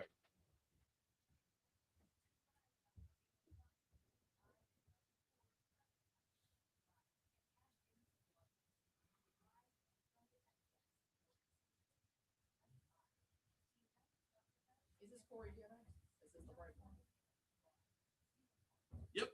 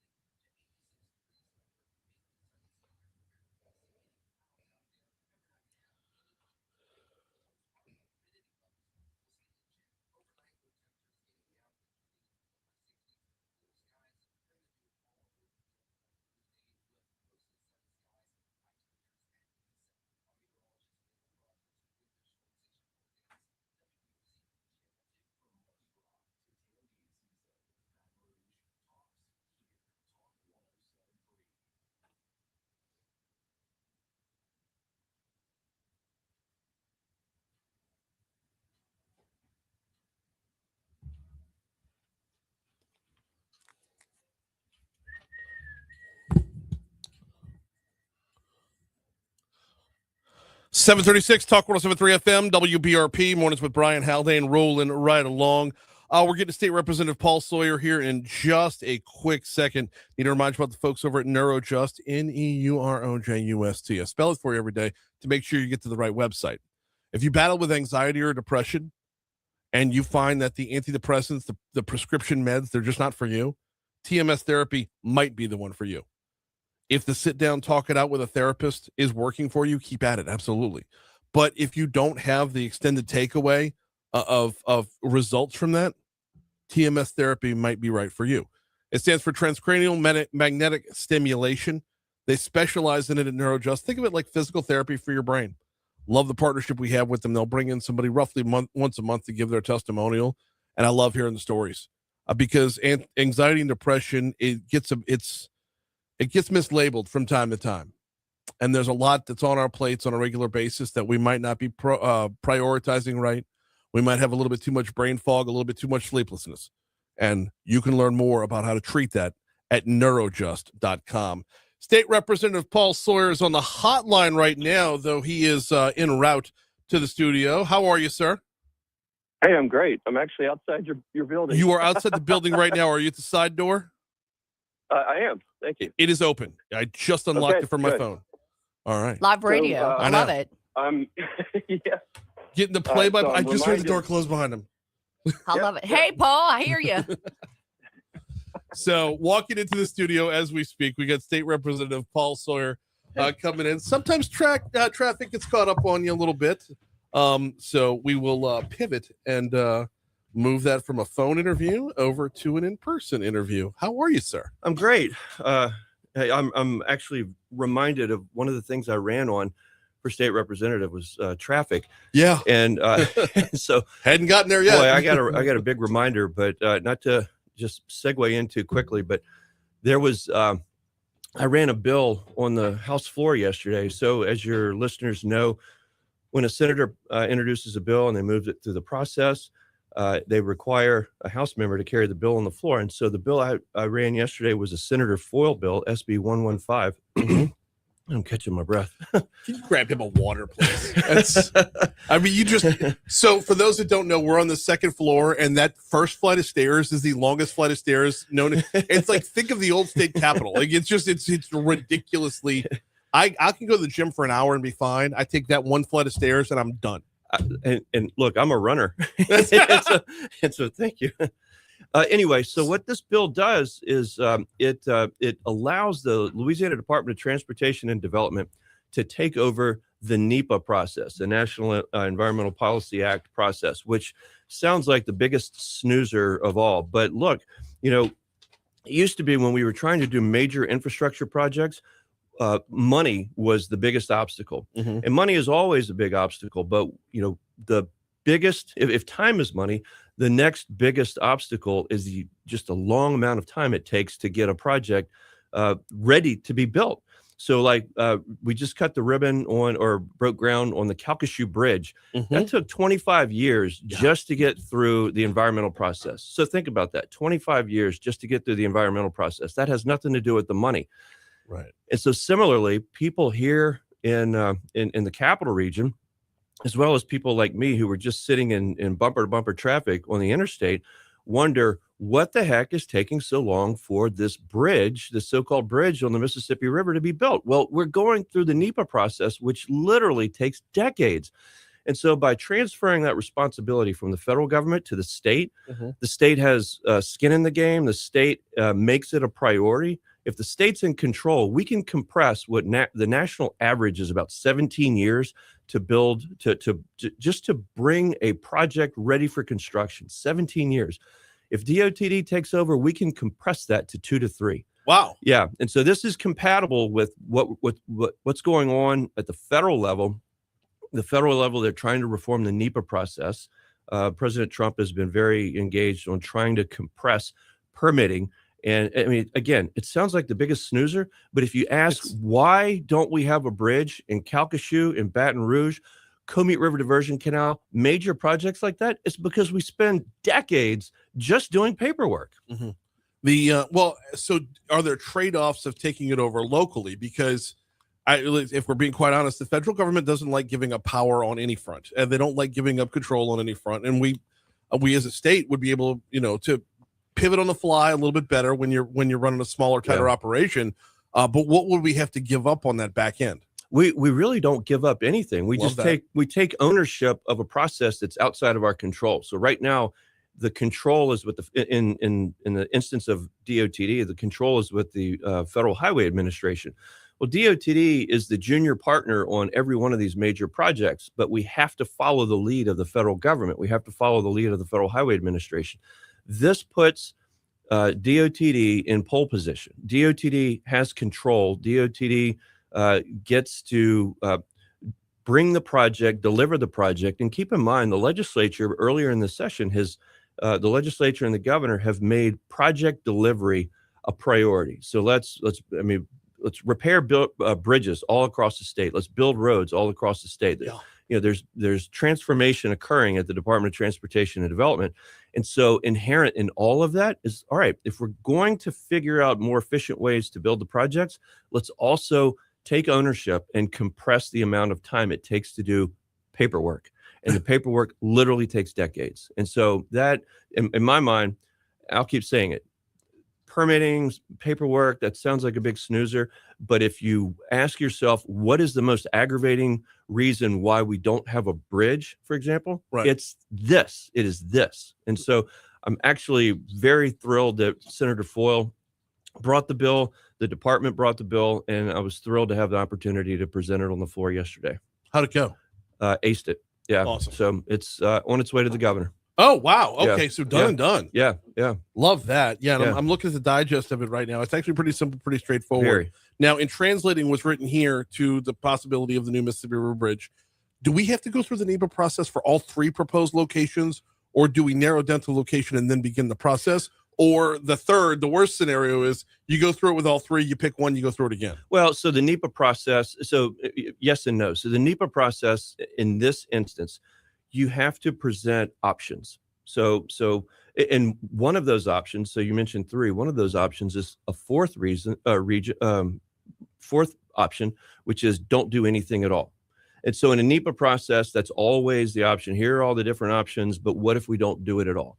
And so all of those scenarios have to be laid out, but it's only the one that makes the most sense, the one that the department or whomever is pursuing, that has to go through the full-blown NEPA process. So all of them have to be examined, and they're being examined right now. Yeah. But only one of them is really going to have to go through the rigors of a NEPA process, which if DOTD gets control of this, that's going to make a bridge in the capital region a greater reality than ever before.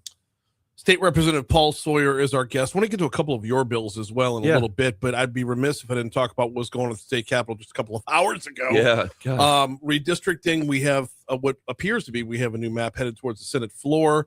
You've had a previous job in one of those districts. What was your takeaway of the map that has made it out of committee?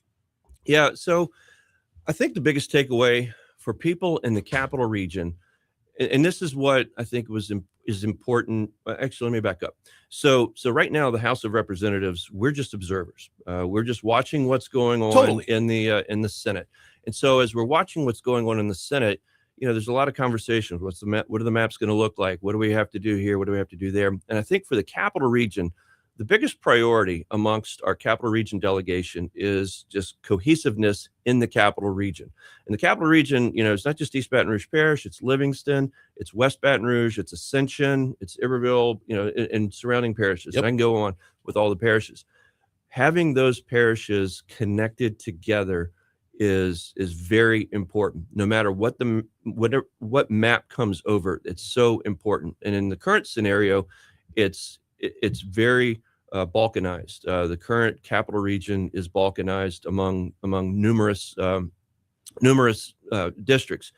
The map that came over, or the map that's on its way to the Senate floor, is probably the best map I've seen so far that keeps the capital region cohesive, as well as preserves minority representation. One other interesting thing about the bill that just passed out of the committee is that I think it's the only bill that when you look at the statistical breakdown, it does not identify race.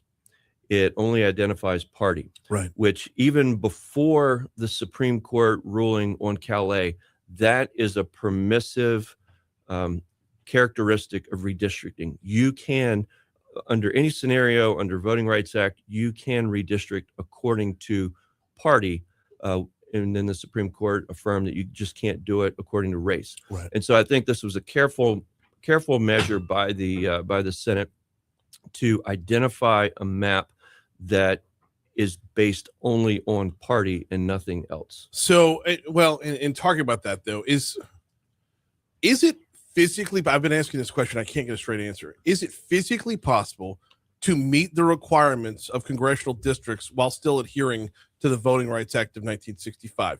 Because one says race can't be the priority and the other says race has to be the priority. Yeah. So, first of all, I believed, and I still believe this may be true. I believed that the Senate would ultimately pass a map that looked like 2022, the 2022 map. So this map does not look like that. Fine. To your question, how do you reconcile race versus not race? So the Voting Rights Act is the one that has focused primarily on race. The Constitution does not, and the Constitution always trumps every law, including the Voting Rights Act. So, prior to this decision, Voting Rights Act basically said that if you can draw a minority district, you have to, right? But you have to meet these criteria. Now you don't have to. That being said, I think it makes sense for the state of Louisiana to adopt what everybody calls colloquially a 5-in-1 map. It just makes sense. I believe that if we tried to do what's called a 6-0 map, which would be 6 Republicans and no Democrats, I think that dilutes the Republican Party base. So I don't think that for those who want to go for that 6-0 map, I don't know that it's a bulletproof approach to creating a one-party map.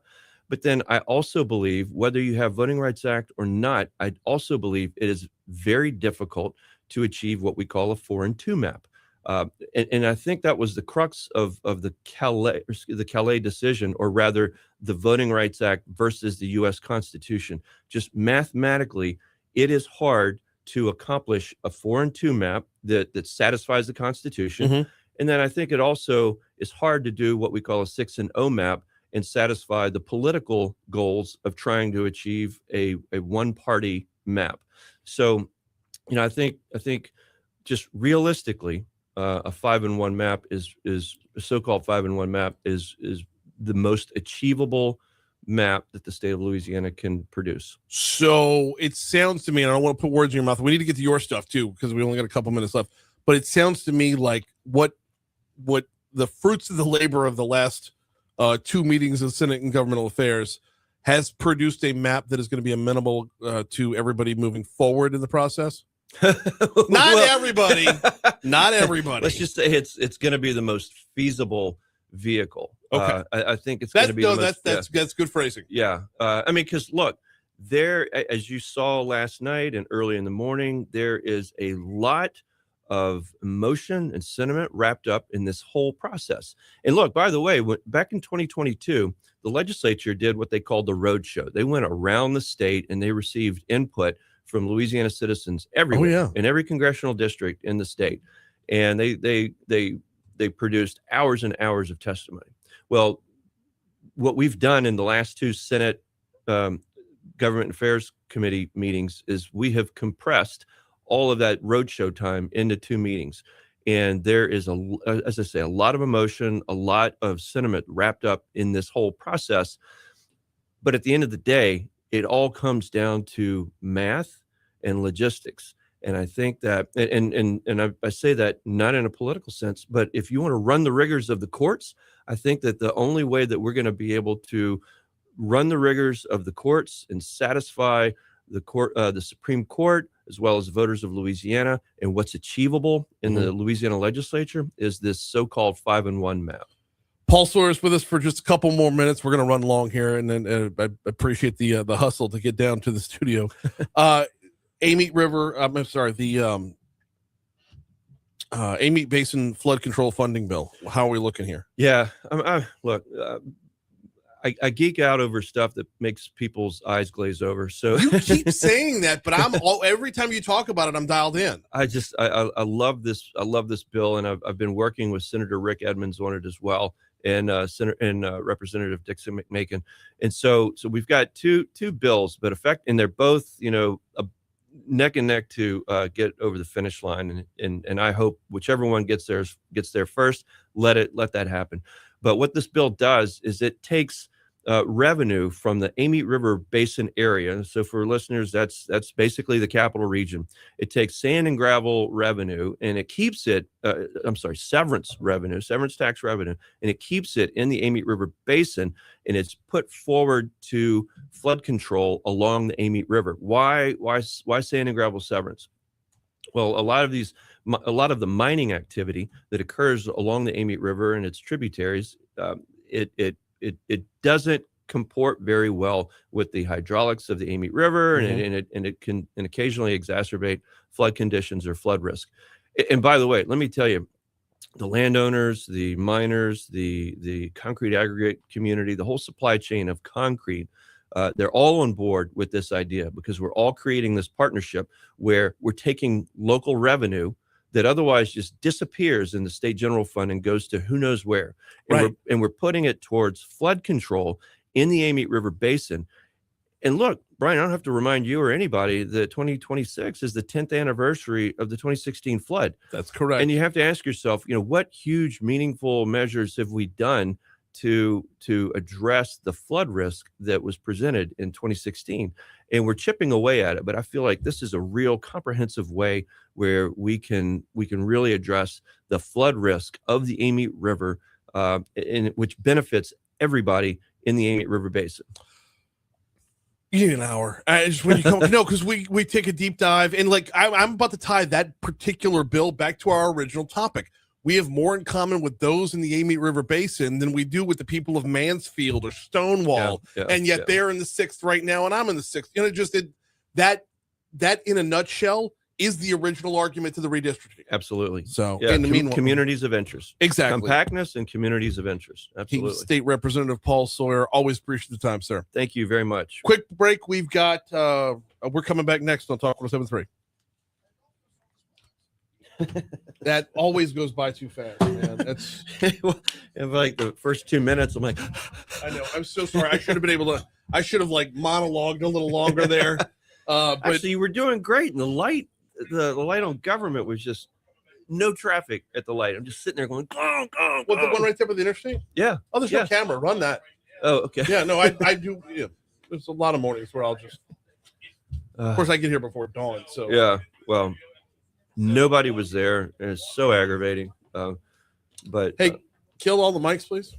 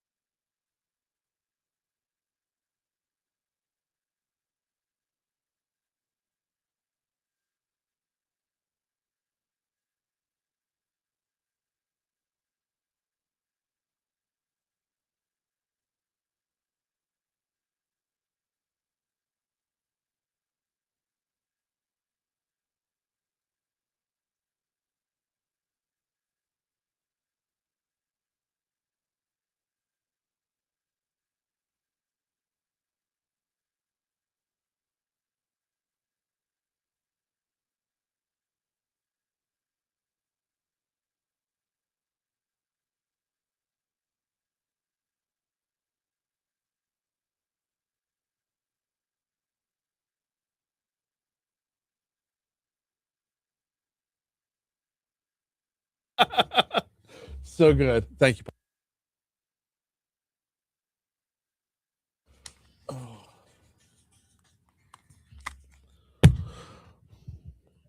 We are way long right here. 7:58. Let's knock out this day in history.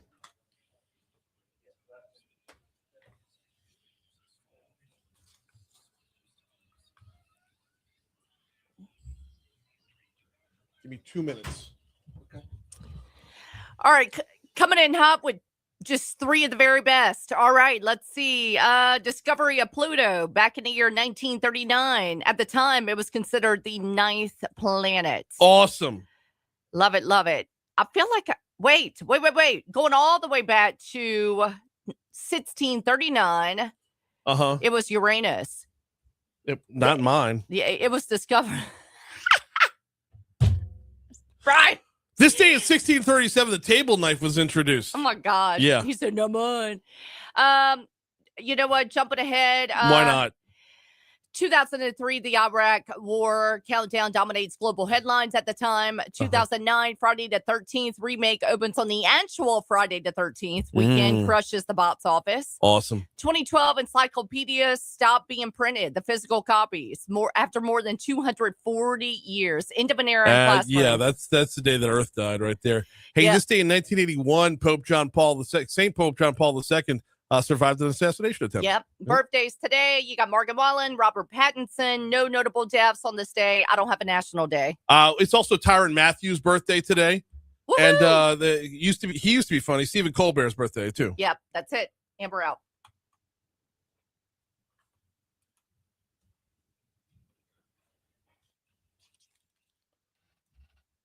What you say, Rasha?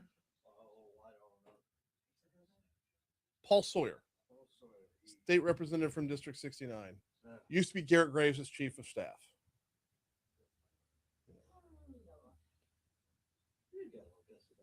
Thank you. Well, we have that. I put my face on. Yesterday, Walton and actually Johnson and the other dude bashed. Well, they've been bashing Cassidy. Were thinking all over the place. Yeah. Anybody but Cassidy. Still spending with him. Fleming drops an ad. They fucking clobbered him yesterday. Beat the shit out of Fleming. Really? They got Julia Letlow on. They had Julie on this morning. It seemed like it was much better. But that was fucking unbelievable. They dropped money on Tuesday. Well, Friday, but it started Tuesday. And that morning. So I've talked to Ashley over and over and over again. She obviously no, that's Cassidy. I can't get Fleming's people. I can't get a hold of them. So it's Roy Fletcher. Oh. Well. So what do? Mock him? Yes. Like, yes. Hey Roy, you're spending money with people that are shitting all over your candidate. Like that's I don't. I didn't know they were shitting all over the candidates. Yeah, well, that's what they do. They're just cranky pants. They're not. They stopped being funny around what 2004. Well, John was funny. He does silly voices. But do you actually report on the news? Your news. Me? No. Well, no, they've never been news. They've always been entertainment. Yeah, but to some degree, they did report on the news. Maybe, okay. I mean, they do bits. They do comedy bits about the news. It's hard to determine. When you're not funny, it's hard to tell what's comedy. Oh, it's a gay guy's voice. Oh, it's a black guy's voice. Oh, it's a redneck voice. It's the same three voices for 50 years. Eventually, the joke stops being funny. Do what? Because I don't understand why they're still around. They were great in the 80s. They were wonderful. They were the best of the best in the 80s. And they got outflanked by Howard Stern as a shock jock. Okay. And then like they just turned political and bitter.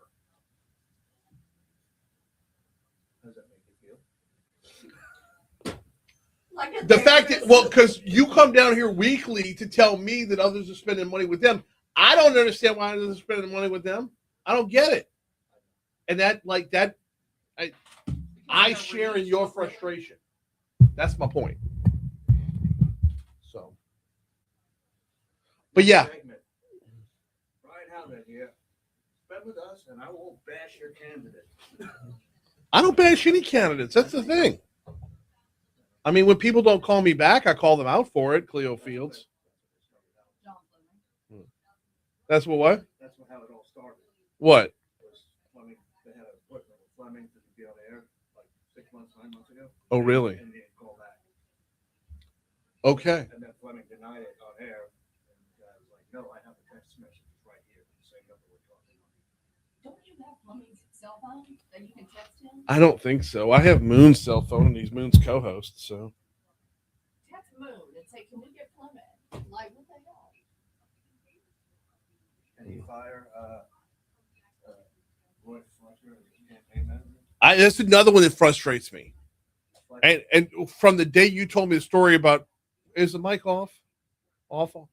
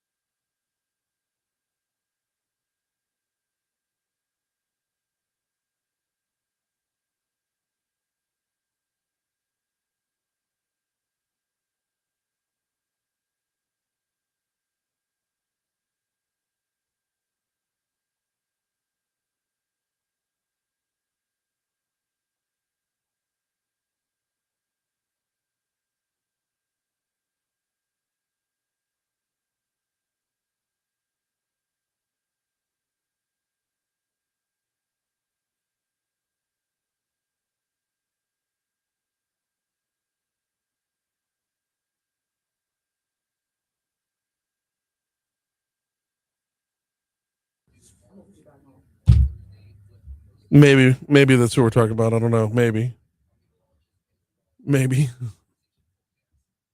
Was it that blatant?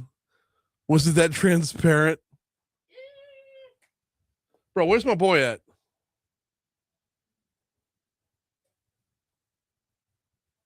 Is he calling us? Okay.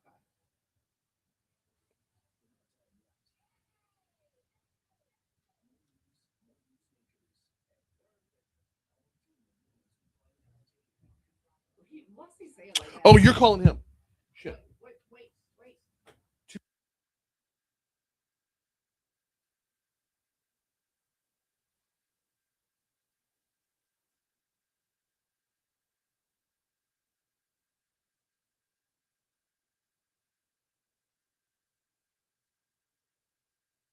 06 Talk 107.3 FM, WBRP. Mornings with Brian Haldane, rolling right along. Hour 3 coming your way right now. Brian here with you. Bree Lynn producing, broadcasting live from the 180 Pros studio. Not your IT provider, your IT partner. Learn more at 180pros.com. We got a busy hour this hour, y'all. We're going to talk carbon capture with Paige Carter from LED in our next segment. Yes, from a Louisiana Economic Development standpoint, what does CCS mean to us? And we're going to do our level best as the conversation continues. We're going to do our level best to make sure we have a balance between economics and science. So it just because both those factors to the equation play into it. That's coming up in our next segment. Congresswoman Julia Letlow at 8:35. Right now, though, we do want to talk about the ins and outs of the legislative session and involve a number of bills that involve lawsuit abuse.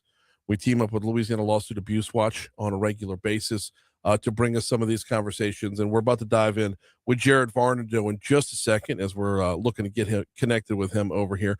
While I do have a quick minute, let me remind you about the folks over at Industry Makes. IndustryMakes.org is the website if you wanted to learn more about what they do in Industry Makes. If you would like to be an ambassador for industry, they have the ambassador toolkit over there.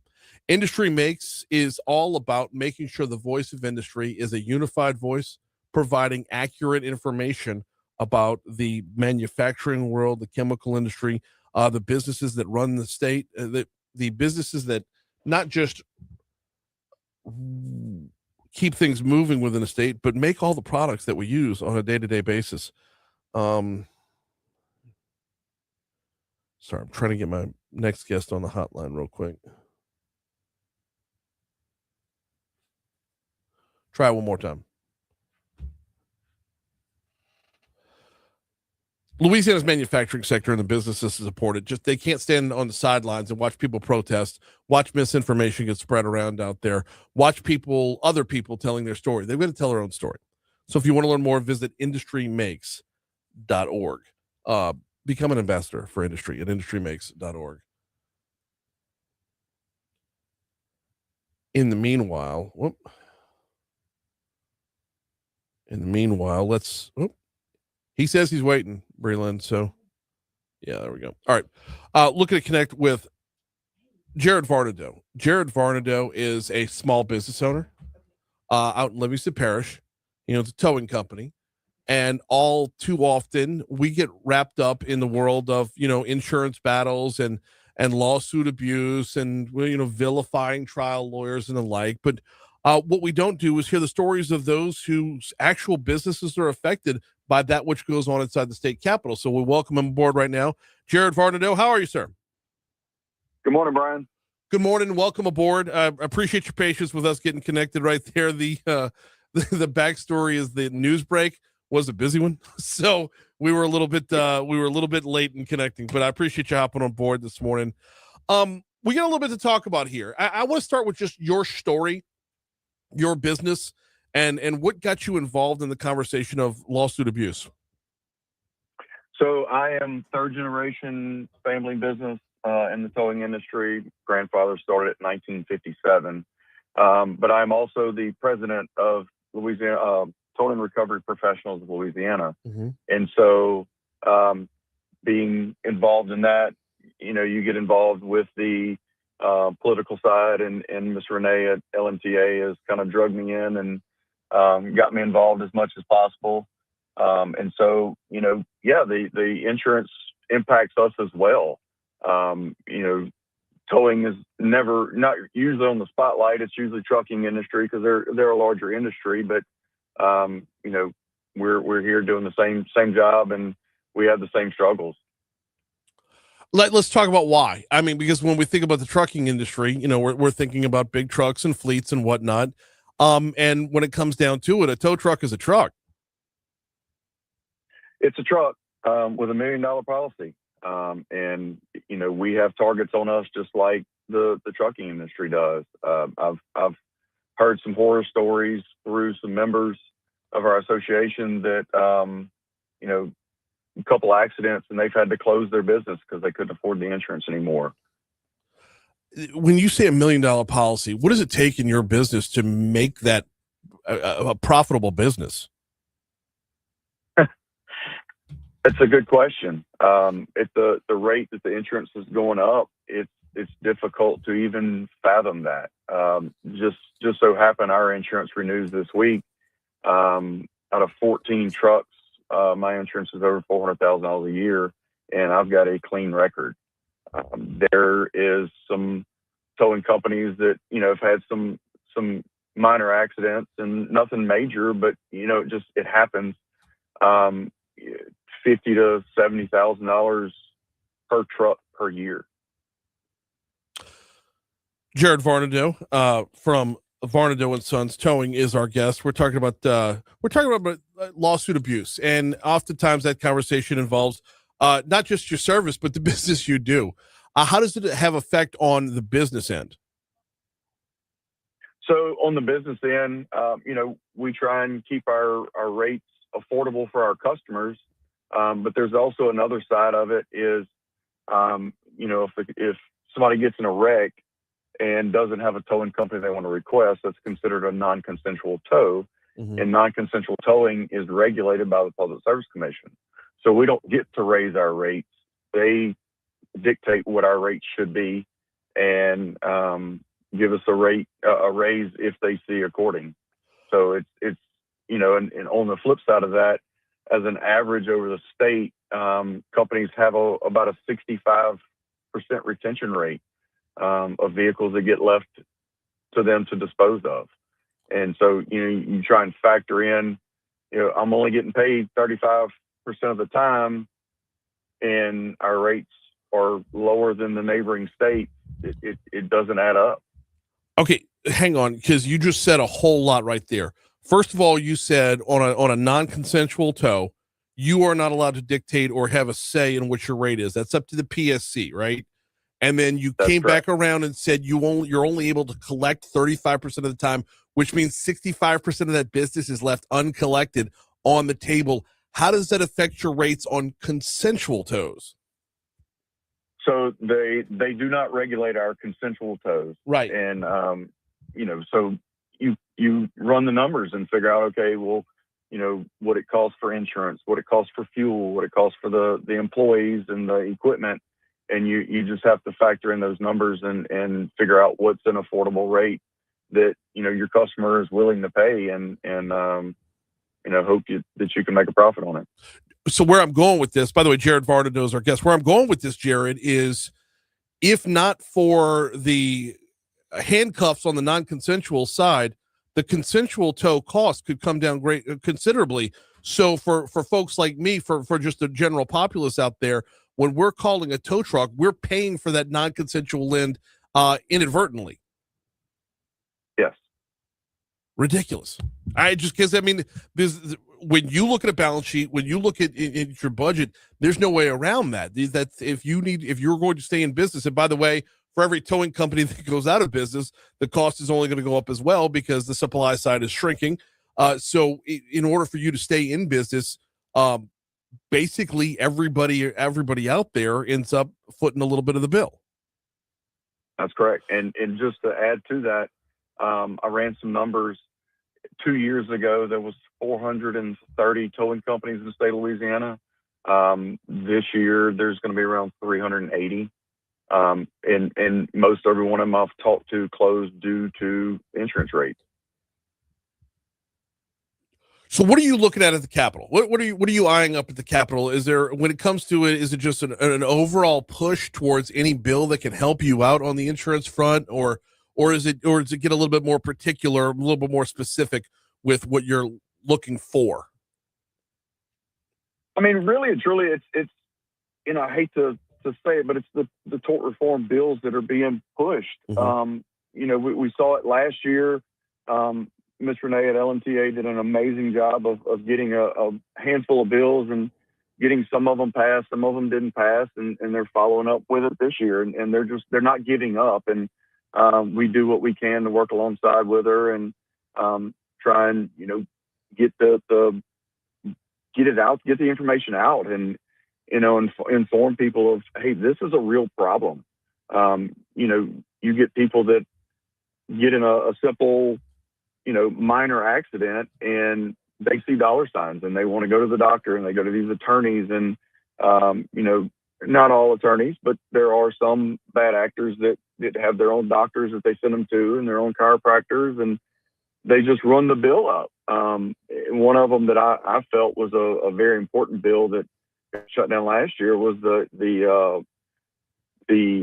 clarity, or the where you would have to see what they actually paid the doctor to actually fix the problem. And, medical transparency.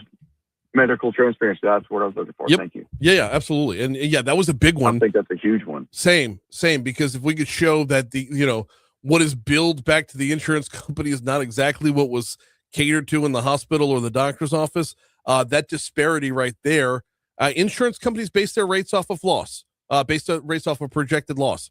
So if you could show that disparity, you could show that much less in projected loss. That should have a direct result on rate. Absolutely. Jared Varnado is our guest. We got him for another minute and a half before we got to get you out of here. And I appreciate you hopping on the hotline this morning. Your work with the towing and recovery professionals of Louisiana, how much interaction do you have with our neighbors in Mississippi, Arkansas, or Texas? And is it even close to comparable when you look at what they're dealing with versus what we're dealing with within the state? So we have a direct contact with Texas, Arkansas, and Mississippi. Mississippi is becoming a regulated state, just like Louisiana.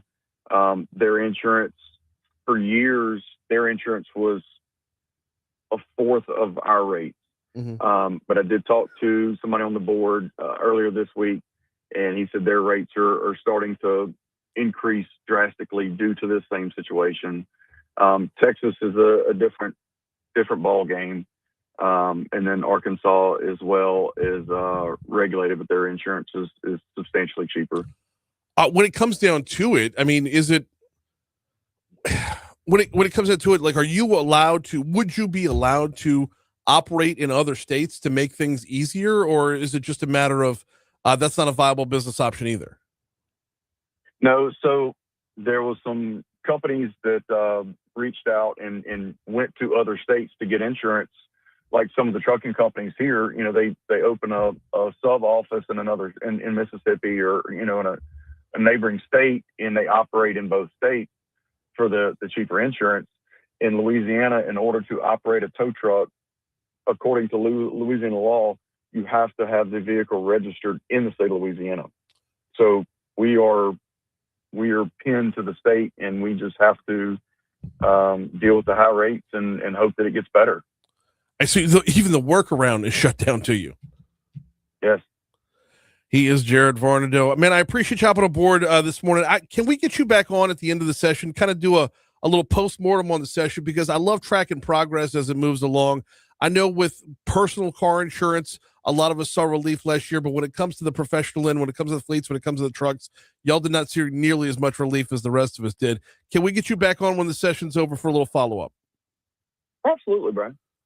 Good deal. Good deal. We'll follow up off air. In the meanwhile, I appreciate a couple minutes this morning. Thank you so much. Thanks. Thank you. We are running a bit long right there. It took us a minute to get connected with Jared. On the back end of the break, we're going to talk with Paige Carter from Louisiana Economic Development Department. I want to talk about CCS and what it means for the overall economy. That's next.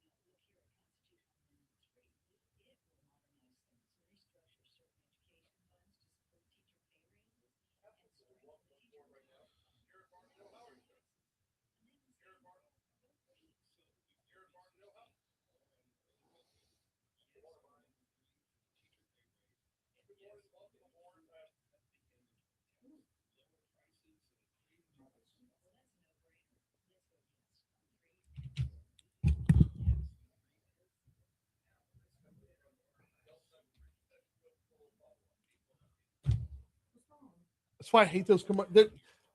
I'm not a fan of those commercials. Like, what does that have to do with my life? And now let's go ahead and order something to eat. What? I don't care. Tell me about Amendments 3 and 4, not about you having lunch with somebody in your little scripted scenario for your two-voice commercial. Why am I hot this morning? I know, you are spicy.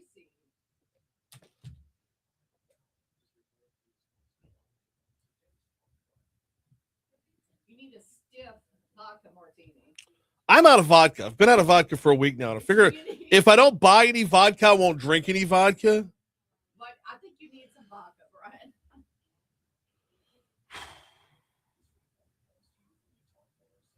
Need a good bottle of JT Mellick. Give me that Louisiana vodka. No. They make vodka and they make a rice whiskey. But it's that dark whiskey, correct? Like it's dark in the bottle. Yeah.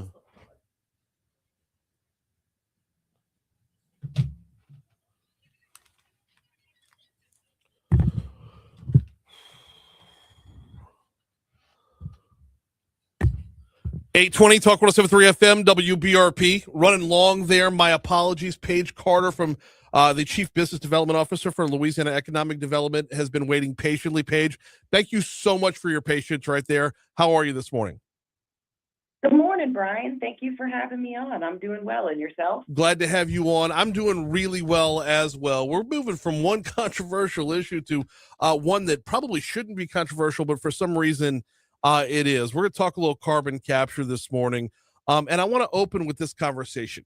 In your job as Chief Development Officer for LED, how often is carbon capture a topic with prospects? Yeah, so the important thing about our role is that, we serve the state of Louisiana, and one of the great gifts of Louisiana is that we have the opportunity to fuel and feed the world. And our economy has been driven by an export-driven commodity and chemical and fuel market, meaning that we're regularly talking about CCUS because our products and our commodities are intended to be exported to Asia, to Europe, in countries around the world that actually have a very focused concentration and cost implications to CCUS markers. So it's something that our department and our team is talking about every day with prospects. And rank it on a scale of, like, let's say 1 to 10, with 10 being the most important factor and 1 being the least important factor. When others are seeking out Louisiana to do business, how high do they rank carbon capture on that scale? So I'm sorry, CCUS. I cut it short right there. I said carbon capture. Normally I say CCS, but you put that U back in, and we're going to get to that part of the conversation in a minute. So rank CCUS for us in terms of others' priorities. So I would segment it if our team is working on a project that's very domestic driven, and maybe it's a U.S. based company focused with the products in the U.S. market. Mm-hmm. That's one discussion. But a lot of our conversations, we're fortunate for this, are conversations talking about global demand. And so, or our companies headquartered from Europe or headquartered in Asia. And so CCUS is of the utmost importance within those conversations. And that's. Did we lose her? I think we lost her right there. And tell you what, going to drop her right on hold. Paige Carter from LED is calling right back in. Let's, well, I think she just bottomed out right. All right, yeah, let's get right back to her. She had cut out mid-sentence talking about the global demand and global importance. Paige Carter, welcome back in. Sorry about that. We had a little hotline drop right there. Oh, you're coming in so much clearer now. Well, I'm here, Brian. Dive right back in, pick up where you left off. Sorry about that. Yeah, so CCUS is a top concern and a top decision-making factor within the majority of the projects we work. So a lot of companies considering Louisiana or considering the U.S. are really looking at where can they locate an operation with the necessary components to deliver products to Europe, deliver products to Asia. Therefore, it's a requirement within that decision making. I'd say about 80% of our projects have a top component for decision making centered around CCUS. I'm not going to ask you to get company by company on this, but I know Secretary Bourgeois is narrowing in on that $100 billion number since taking her post. Within that $100 billion worth, roughly $100 billion worth of economic development projects secured in Louisiana, is that 80% number sticking around on that end as well for what you've already gone out and hunted? Yeah, so far with our nearly 100 billion, I think we're right over 94 as of today, hoping to cross over that $100 billion threshold.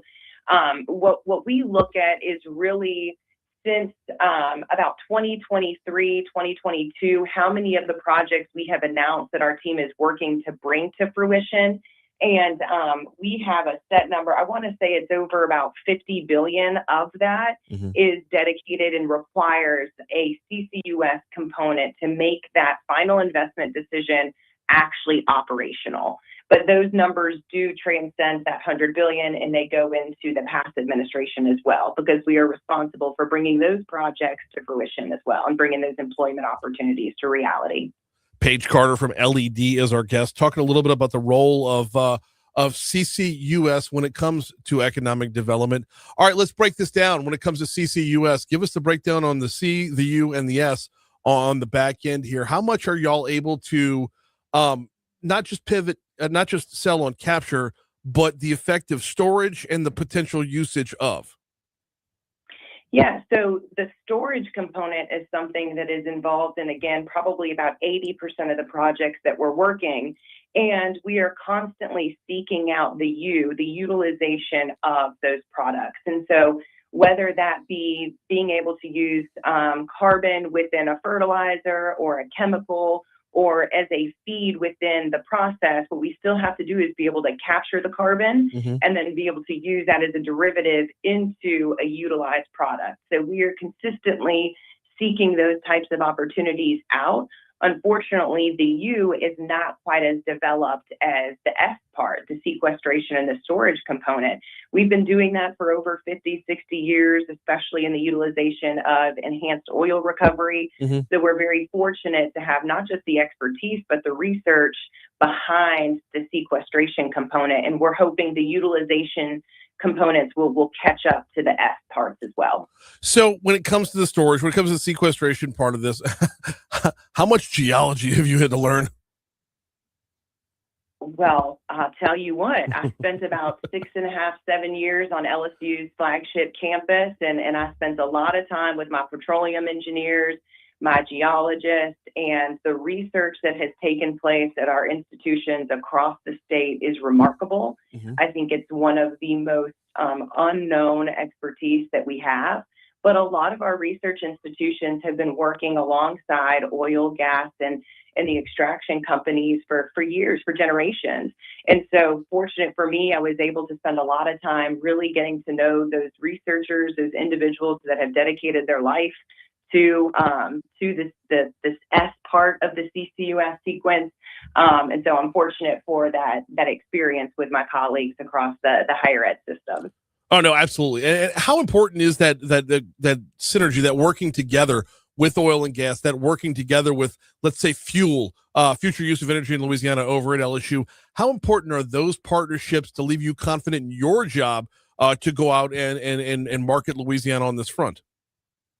The significance of those relationships, especially a consortium model like Fuel, serving a lot of our higher ed institutions and bringing those together, the importance of that cannot be overstated.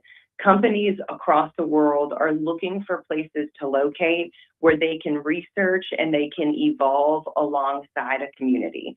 So they're not making a decision to stay stagnant, although we typically are competing for long-term assets that could last 50, 60, or 80 years. The important part there is that they're locating in Louisiana with the capability to evolve their business as market demands evolve. And so that really is anchored by robust opportunities to partner with higher ed institutions. The future use of energy in Louisiana Fuel is such a remarkable example of that, and really being able to tie in our institutions across the entire state, not just one campus, not just one locality, but being able to really have a partnership framework that's in the location that you may choose to operate, whether that's North Louisiana, Southwest Louisiana.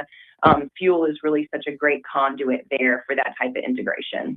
And while the university end and the fuel end over at LSU is important, now I kind of need you to brag on ExxonMobil a little bit. I mean, I'd hate to frame the question that way, but their adaptation to this new technology, their commitment to this new technology, what role does that play in overall economic development? I mean, we're not talking about growing ExxonMobil, we're talking about growing Louisiana.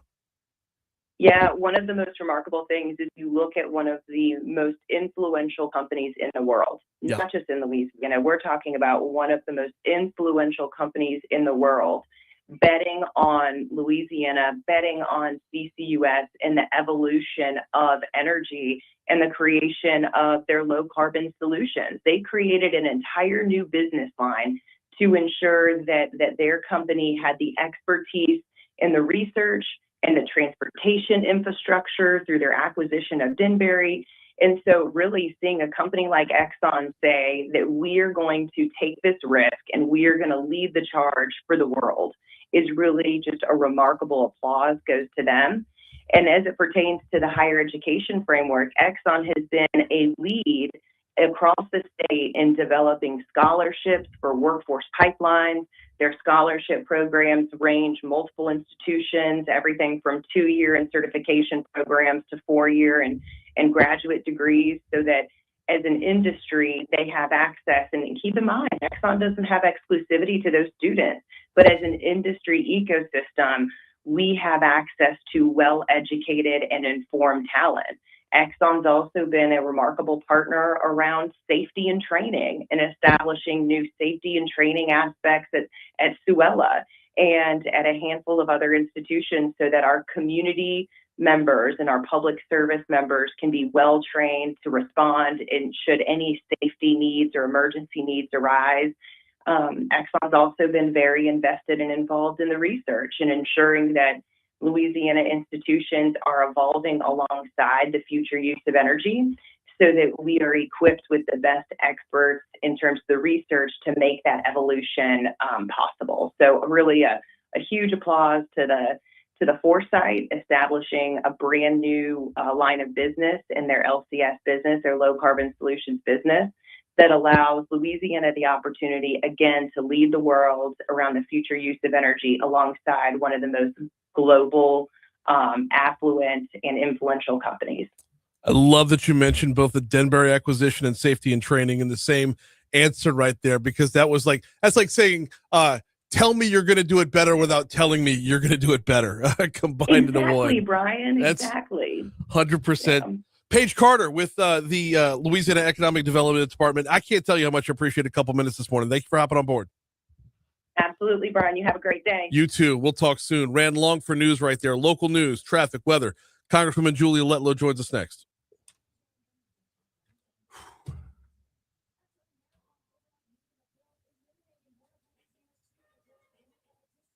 She's good.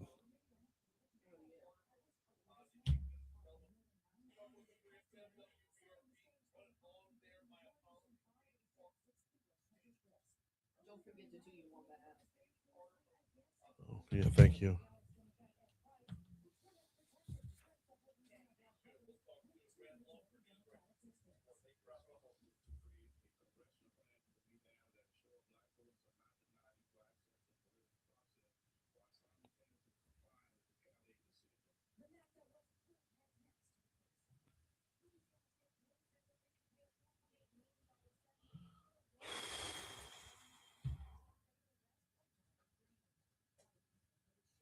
She's doing a good job.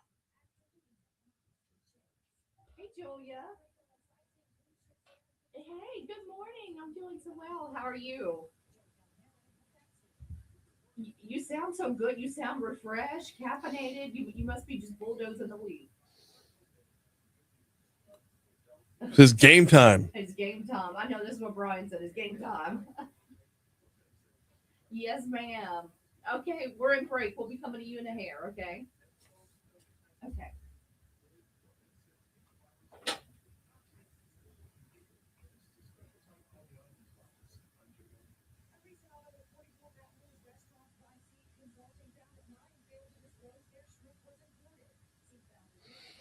Yes, ma'am. I mean, this has been a fast-moving show. Lord, it's been nonstop. I know. I mean, we've been running behind since Franz was on in the 6 o'clock hour, like literally.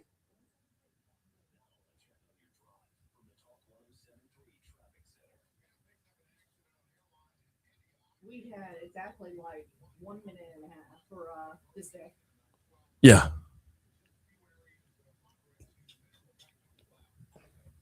Which honestly was a good day for that. It wasn't a whole lot.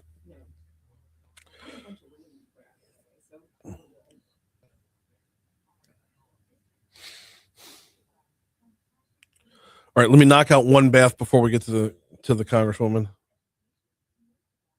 And then You need to wash off how funky the attack ads are. yeah, right. Get yourself a fresh shower. Get a walk-in shower to wash away the attack ads.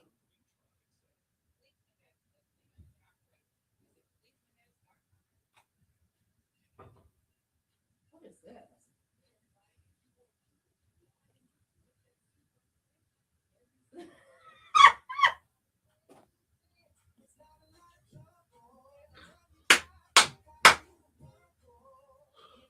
Oh, are you effing kidding me?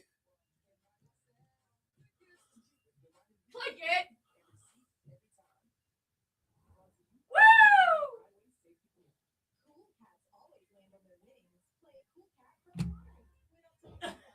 Woo! What in the actual was that? You don't want to click it.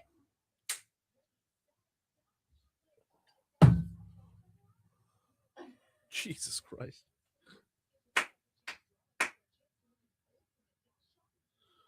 Can we not get Top Dog Law on the air? You're right. We can have that, but we can't. Accidents happen. Call Top Dog. He broke his leg. I don't care. I don't care if you're on a boat. Call Top Dog.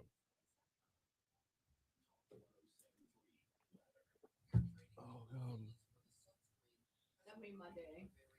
Click it. Click it.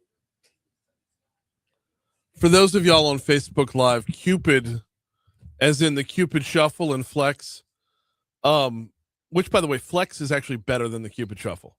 It's not gonna have the staying power. Everybody loves the Cupid Shuffle. Flex is a better song. It's a better line dance. Took Cupid 20 years to come out with a second line dance. By the way, Cupid's wife, my mother was her Girl Scout den mother. What? Seriously. My sister and her were like childhood friends. Oh my God. She was a college athlete. Wow. April Sam, yep. Oh God. What were we doing? Oh.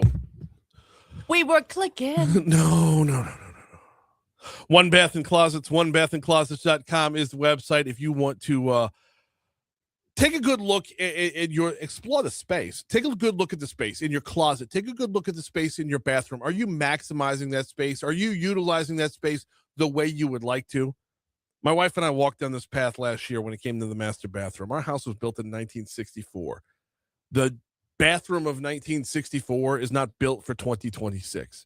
So we decided to call David Duvall at 400-8005. Of course, that's 225-400-8005. Called David, said, we want to redo our bathroom. What can you do? He said, I can come out, take a look at it. He came out, took a look at it, said, this is what's possible. Let's start walking through the individual possibilities within the overall space. And we did that. And the collaboration was fantastic. And the implementation was fantastic. Could not be more pleased with our results. Went from the old bathtub to the walk-in shower, got the two vanities. The lighting's on point. The attention to detail is on point. If you want to revamp your bathroom or closet, visit onebathandclosets.com. Spell it out, O-N-E, onebathandclosets.com. Time for DC Current, presented by LABI.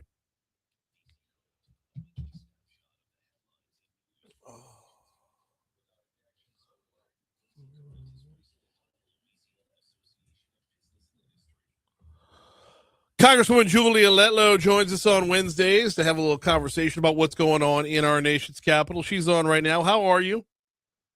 Hey, Brian, I'm doing great. How are you? Could not be better. You are. We're going to get to some of the stuff you're working on in the legislature in just a second, but there's no way we don't talk a little bit about the election when it is election week. Early voting is in the books. From your perspective as a candidate, what's the game plan there? Is there a pivot? Is there a calm? Is it like the eye of the storm? Where are you at on the campaign trail? Yeah, so we are really encouraged by the early numbers of people who came out to vote early. We are analyzing that data, but just really doing my best to listen to the voters. You know, this is the last stretch. I was just saying, my goodness, we have 4 days left, and it has been such an incredible honor to crisscross the state multiple times and listen to people about their hopes and dreams and concerns for Louisiana. And I'm just so incredibly grateful to have this opportunity to run for the Senate. So as far as that home stretch is concerned, I mean, is it more crisscrossing, or are you just out and about? Is it the Letlow Road show continuing? Oh, always. We will crisscross until the very last second. You know, I don't take any vote for granted.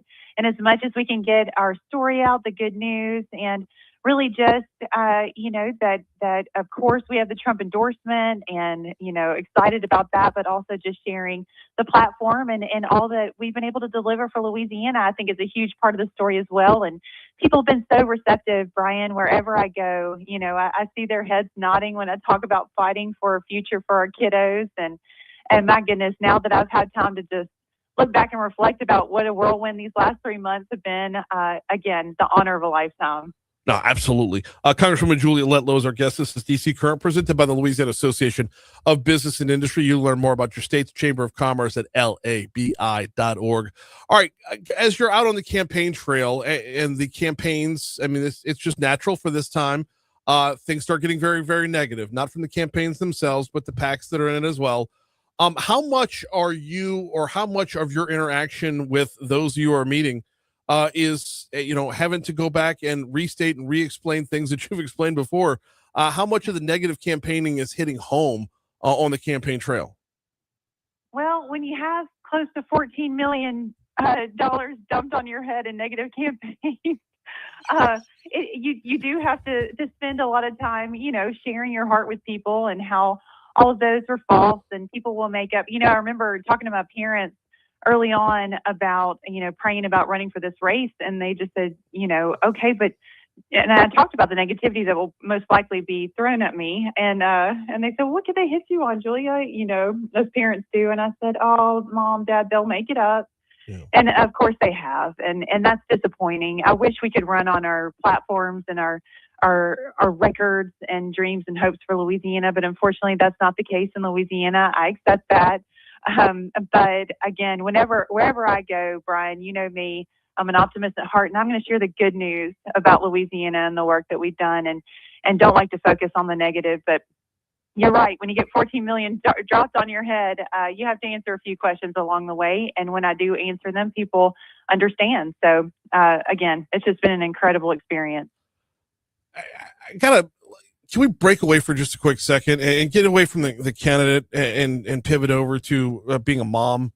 How much how much do you have to explain back to your kids about what's going on? Like, is it, and I don't mean to step away too long. We'll get back to the topic in a minute, but this is just something I'm curious about is like, as a mom, we don't, or as a voter, we don't think about the family down the line, except, all the kids are going to be in the picture on the mailer, right? Outside of that though, right. What's the conversation like at the dinner table? What's the conversation like about like what mommy's up to? Yeah. So, oh gosh, for the most part, they have been so excited and proud. And, you should hear Jacqueline's nightly prayers. It is the biggest blessing of the entire day, and we pray for mommy to have a good day on the trail. And, it's really, really special. And of course you want to shield your children from any negativity. It's hard to, whenever you're being blasted nonstop on television, they can't help but pick it up a little bit. But, our families don't sign up for this, and that's been the hardest part. I remember when Luke was running, I was hurt more for him than I think he was hurt personally. And so for candidates to be coming after my family members has just been absolutely the lowest blow I thought that we could ever go to. But, we're going to continue with our strong faith, prayer moving forward. And, of course, you got to shield your kids from the negativity. But for the most part, they love the trail. They love to come along. This has always been a part of their lives. And they're going to be rooting for their mom all the way through the finish line Saturday.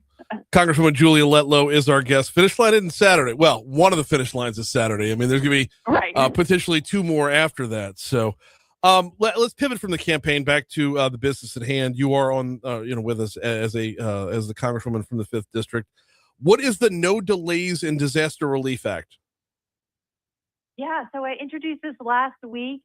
This legislation directs the FEMA administrator to appoint an acting regional administrator. That's a key position responsible for approving disaster aid in any case where a FEMA regional administrator position has been vacant.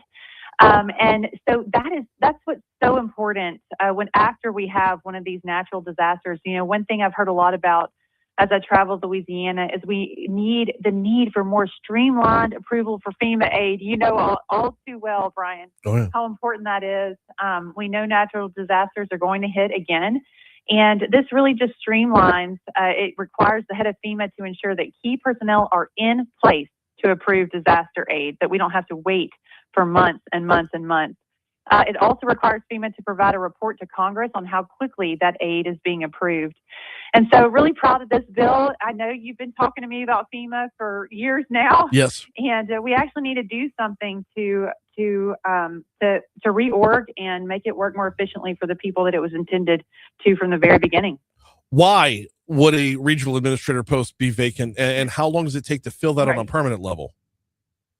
Yeah, it's infuriating that in these federal agencies that these positions go for so long. It's not just FEMA. I've heard it from USDA. I mean, all across the board, these positions go unfilled. And so we put a 90-day cap on it. In my opinion, that's too long too. Yeah. So if a vacancy has lasted for 90 days, then they automatically have to refill it. But my goodness, for far too long, bureaucrats in Washington have been able to just skirt by and not have to answer to the American people. Well, it's my job as the representative to go hold them accountable. So that's what we're doing, trying to do. 90 days is literally half of the hurricane season. So yeah, when you say that's too long, absolutely having a window of that kind of time to tell storms just to hold off. I don't think the storm's going to play along with us. So, and in the meanwhile, it's infuriating. So how would an acting regional administrator they would just move right into the post as if they'd been running it the whole time? Yeah, that's my understanding, that just come on down, be ready to go. You know, they should know that we are going to have another storm, and that position should never be held vacant, and they'll be ready to go on day one. Sticking with this bill real quick, because I'm curious about it, because FEMA's been a weird item, because on the one side there's been a want to get rid of FEMA because it's so efficient, and then on the other side there are those who, like yourself, you're in that weird position of you could see the inefficiencies while at the same time seeing the need. So you're not going to succumb to those that say just flush the whole thing down the toilet. So where would this sort of bill fit into the mix of gaining support from either, if not both sides of that equation?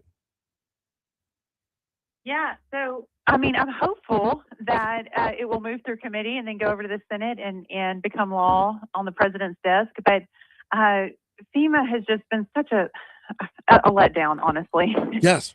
And yeah, and I know I struggle with it too, Brian. You know, do you just throw the baby out with the bathwater and start over at some point? But while it's still in existence, I'm going to continue to hold their feet to the fire and make sure that they're delivering in the way it was intended, or just screaming until they do. So I'm with you on that. I don't quite know what the overall answer is, but I'm going to work with greater minds to continue to fight to make sure that we have the disaster relief we need on day one. She is Congresswoman Julia Letlow. The countdown is on as of right now. I've got to ask you, in these waning days, are you a Red Bull person? You know, I was, until I read this article about how terrible they are for you.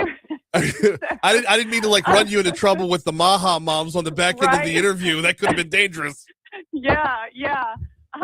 So, you know, now, with the Maha endorsement, definitely not. So gonna do everything I can from a homeopathic standpoint. Well, you know, community coffee. Good night's sleep, Brian. That's what I'm gonna do. Yeah, good luck with that. In the meanwhile, she's Congresswoman Julia Letlow. We always appreciate the time. Thank you so much.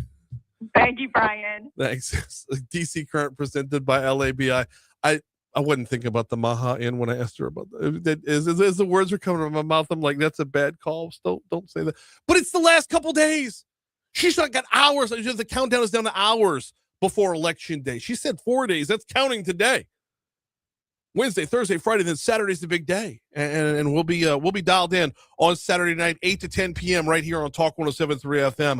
Award-winning election coverage coming your way. All right, quick break. We'll close it out next.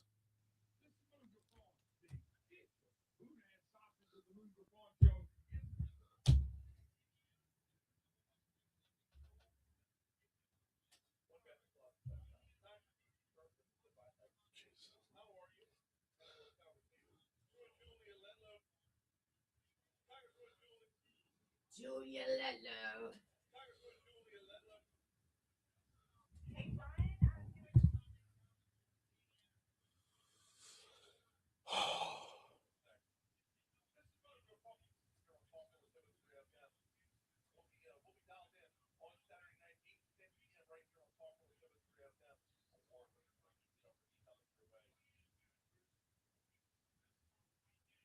I'll see what you did there.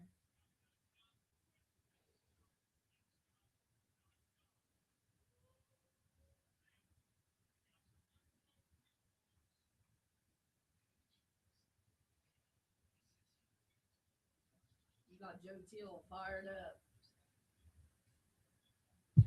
Oh, okay.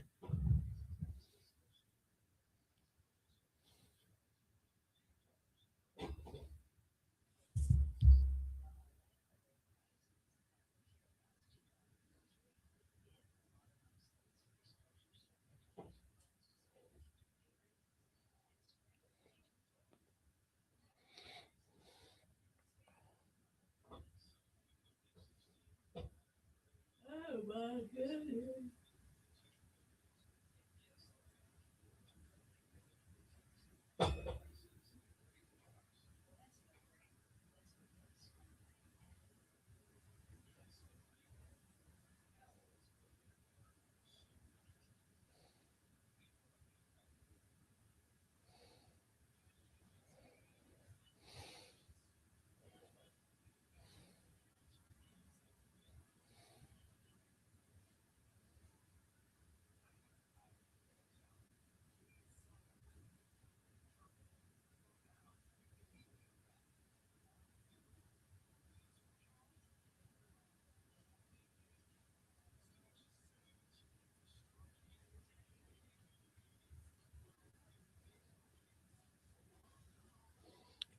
Wow.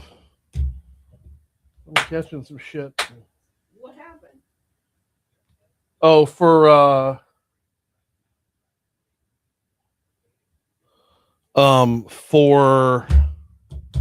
my reel last night with saying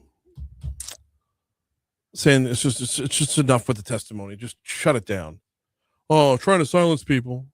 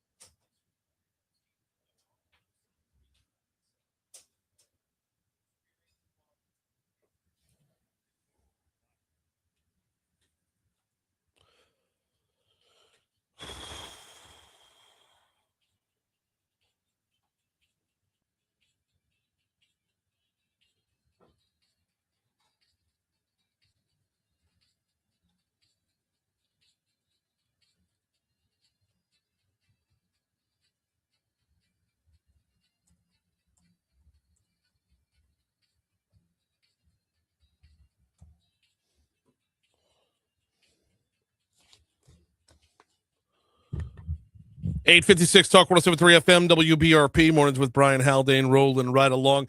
Last weekend to get out to the box. Last weekend to get out to Tiger Park. If you're doing a little tailgating, swing by Mathern's. Mathern's has got you covered. In fact, if you don't want to fire up the grill the whole time, stand over a barbecue pit all weekend long, maybe hit them up for the catering menu.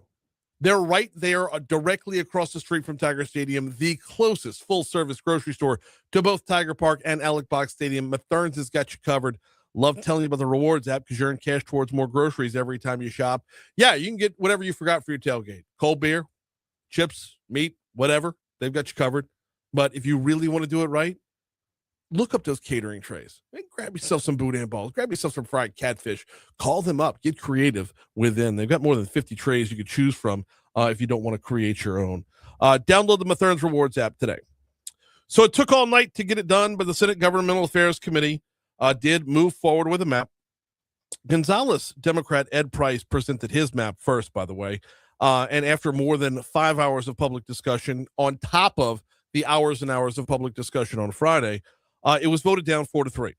Talk about Price's map. It would have protected the 4-2 split in Congress. Cut 13, or in state. In Congress. Cut 13, please. It's possible to create a congressional plan for Louisiana that ensures Black voters are not denied equal access to the political process while simultaneously complying with the Calais decision. Where is access being denied? Where is any person being turned away here? That's the question that I'm not fully grasping. Nobody's vote is not going to be counted. That's the part that I'm not fully grasping. This is not about turning people away at the polls. This is not disenfranchising anybody by turning away their vote. This is about whether or not the districts are split up based off of race. So Price's map, not unlike the one that was already deemed unconstitutional by the U.S. Supreme Court, it was based on party registrations as stated in his bill, Senate Bill 407. It would have created 4 Republican strong districts, 2 Democrat districts, cut 14. This bill actually put in place 2 opportunity districts out of 6. And if you look at the registration, have more Democrat registered than Republicans. So what you've done is you've pivoted the disconnect. You've pivoted that which divides us from race to party. Okay. It's still not based off of things that the regions have in common. It's still not based off compactness or being contiguous.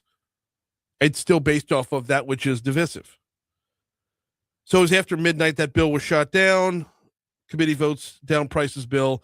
Enter Jay Morris presenting SB 121 to reinstate the map that came from 2022. Cut 15. One of the traditional redistricting principles is maintaining existing district cores, and that's what this does. Cores. That's where we're at. And, well, a map did end up passing. It'll move to the full Senate floor after this. We're all done for the day. Moon Griffon is next.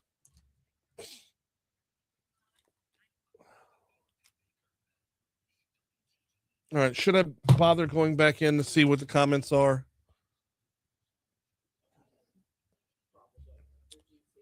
Is it just more of the same?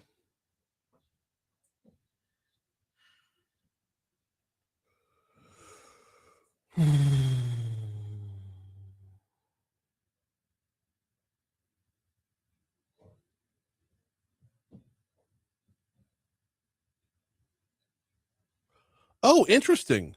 James Pittman, the one thing he's not saying is they get to take ownership of the vehicles that are not paid for and sell.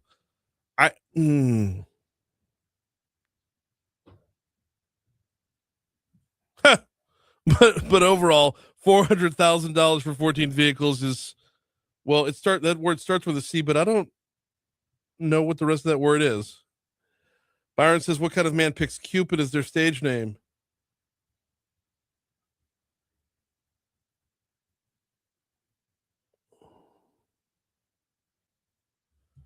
Joe Teal, work. What a joke. Bunch of people who are overpaid who do nothing except blow smoke to the actual people who get up every day and actually work and live paycheck to paycheck. Then run for office, dude. It's go to the state capitol once in a while. Actually show up. Get involved in the whole overall discussion. Get yourself involved. One of the things that I can rail all day long on the conversation going on too long last night, but those people showed the F up to make their voices heard. And yeah, you can eventually move the previous question as part of parliamentary procedure. That's great. But those people showed up. Sitting on the sideline and bitching about the game when you have the opportunity to be in the game, how can anybody respect? I'm just going to sit here and bitch. Actively change it. That's the beauty of our system. You can get up off your ass and actively change it. Carol says, I think we need public comment from mayors, governors, all sheriffs, chiefs of police, and all of their seconds in command. We need official comment from each on Trump's threat to violate an election intimidation law with an election integrity army. I don't know what that means. I have no idea what you're talking about. That's a long process, a mechanic told me. Taking ownership of the car and selling it. I would imagine so. But yeah, I will rip on the fact that, hey, I've got to be up at 3:45 in the morning.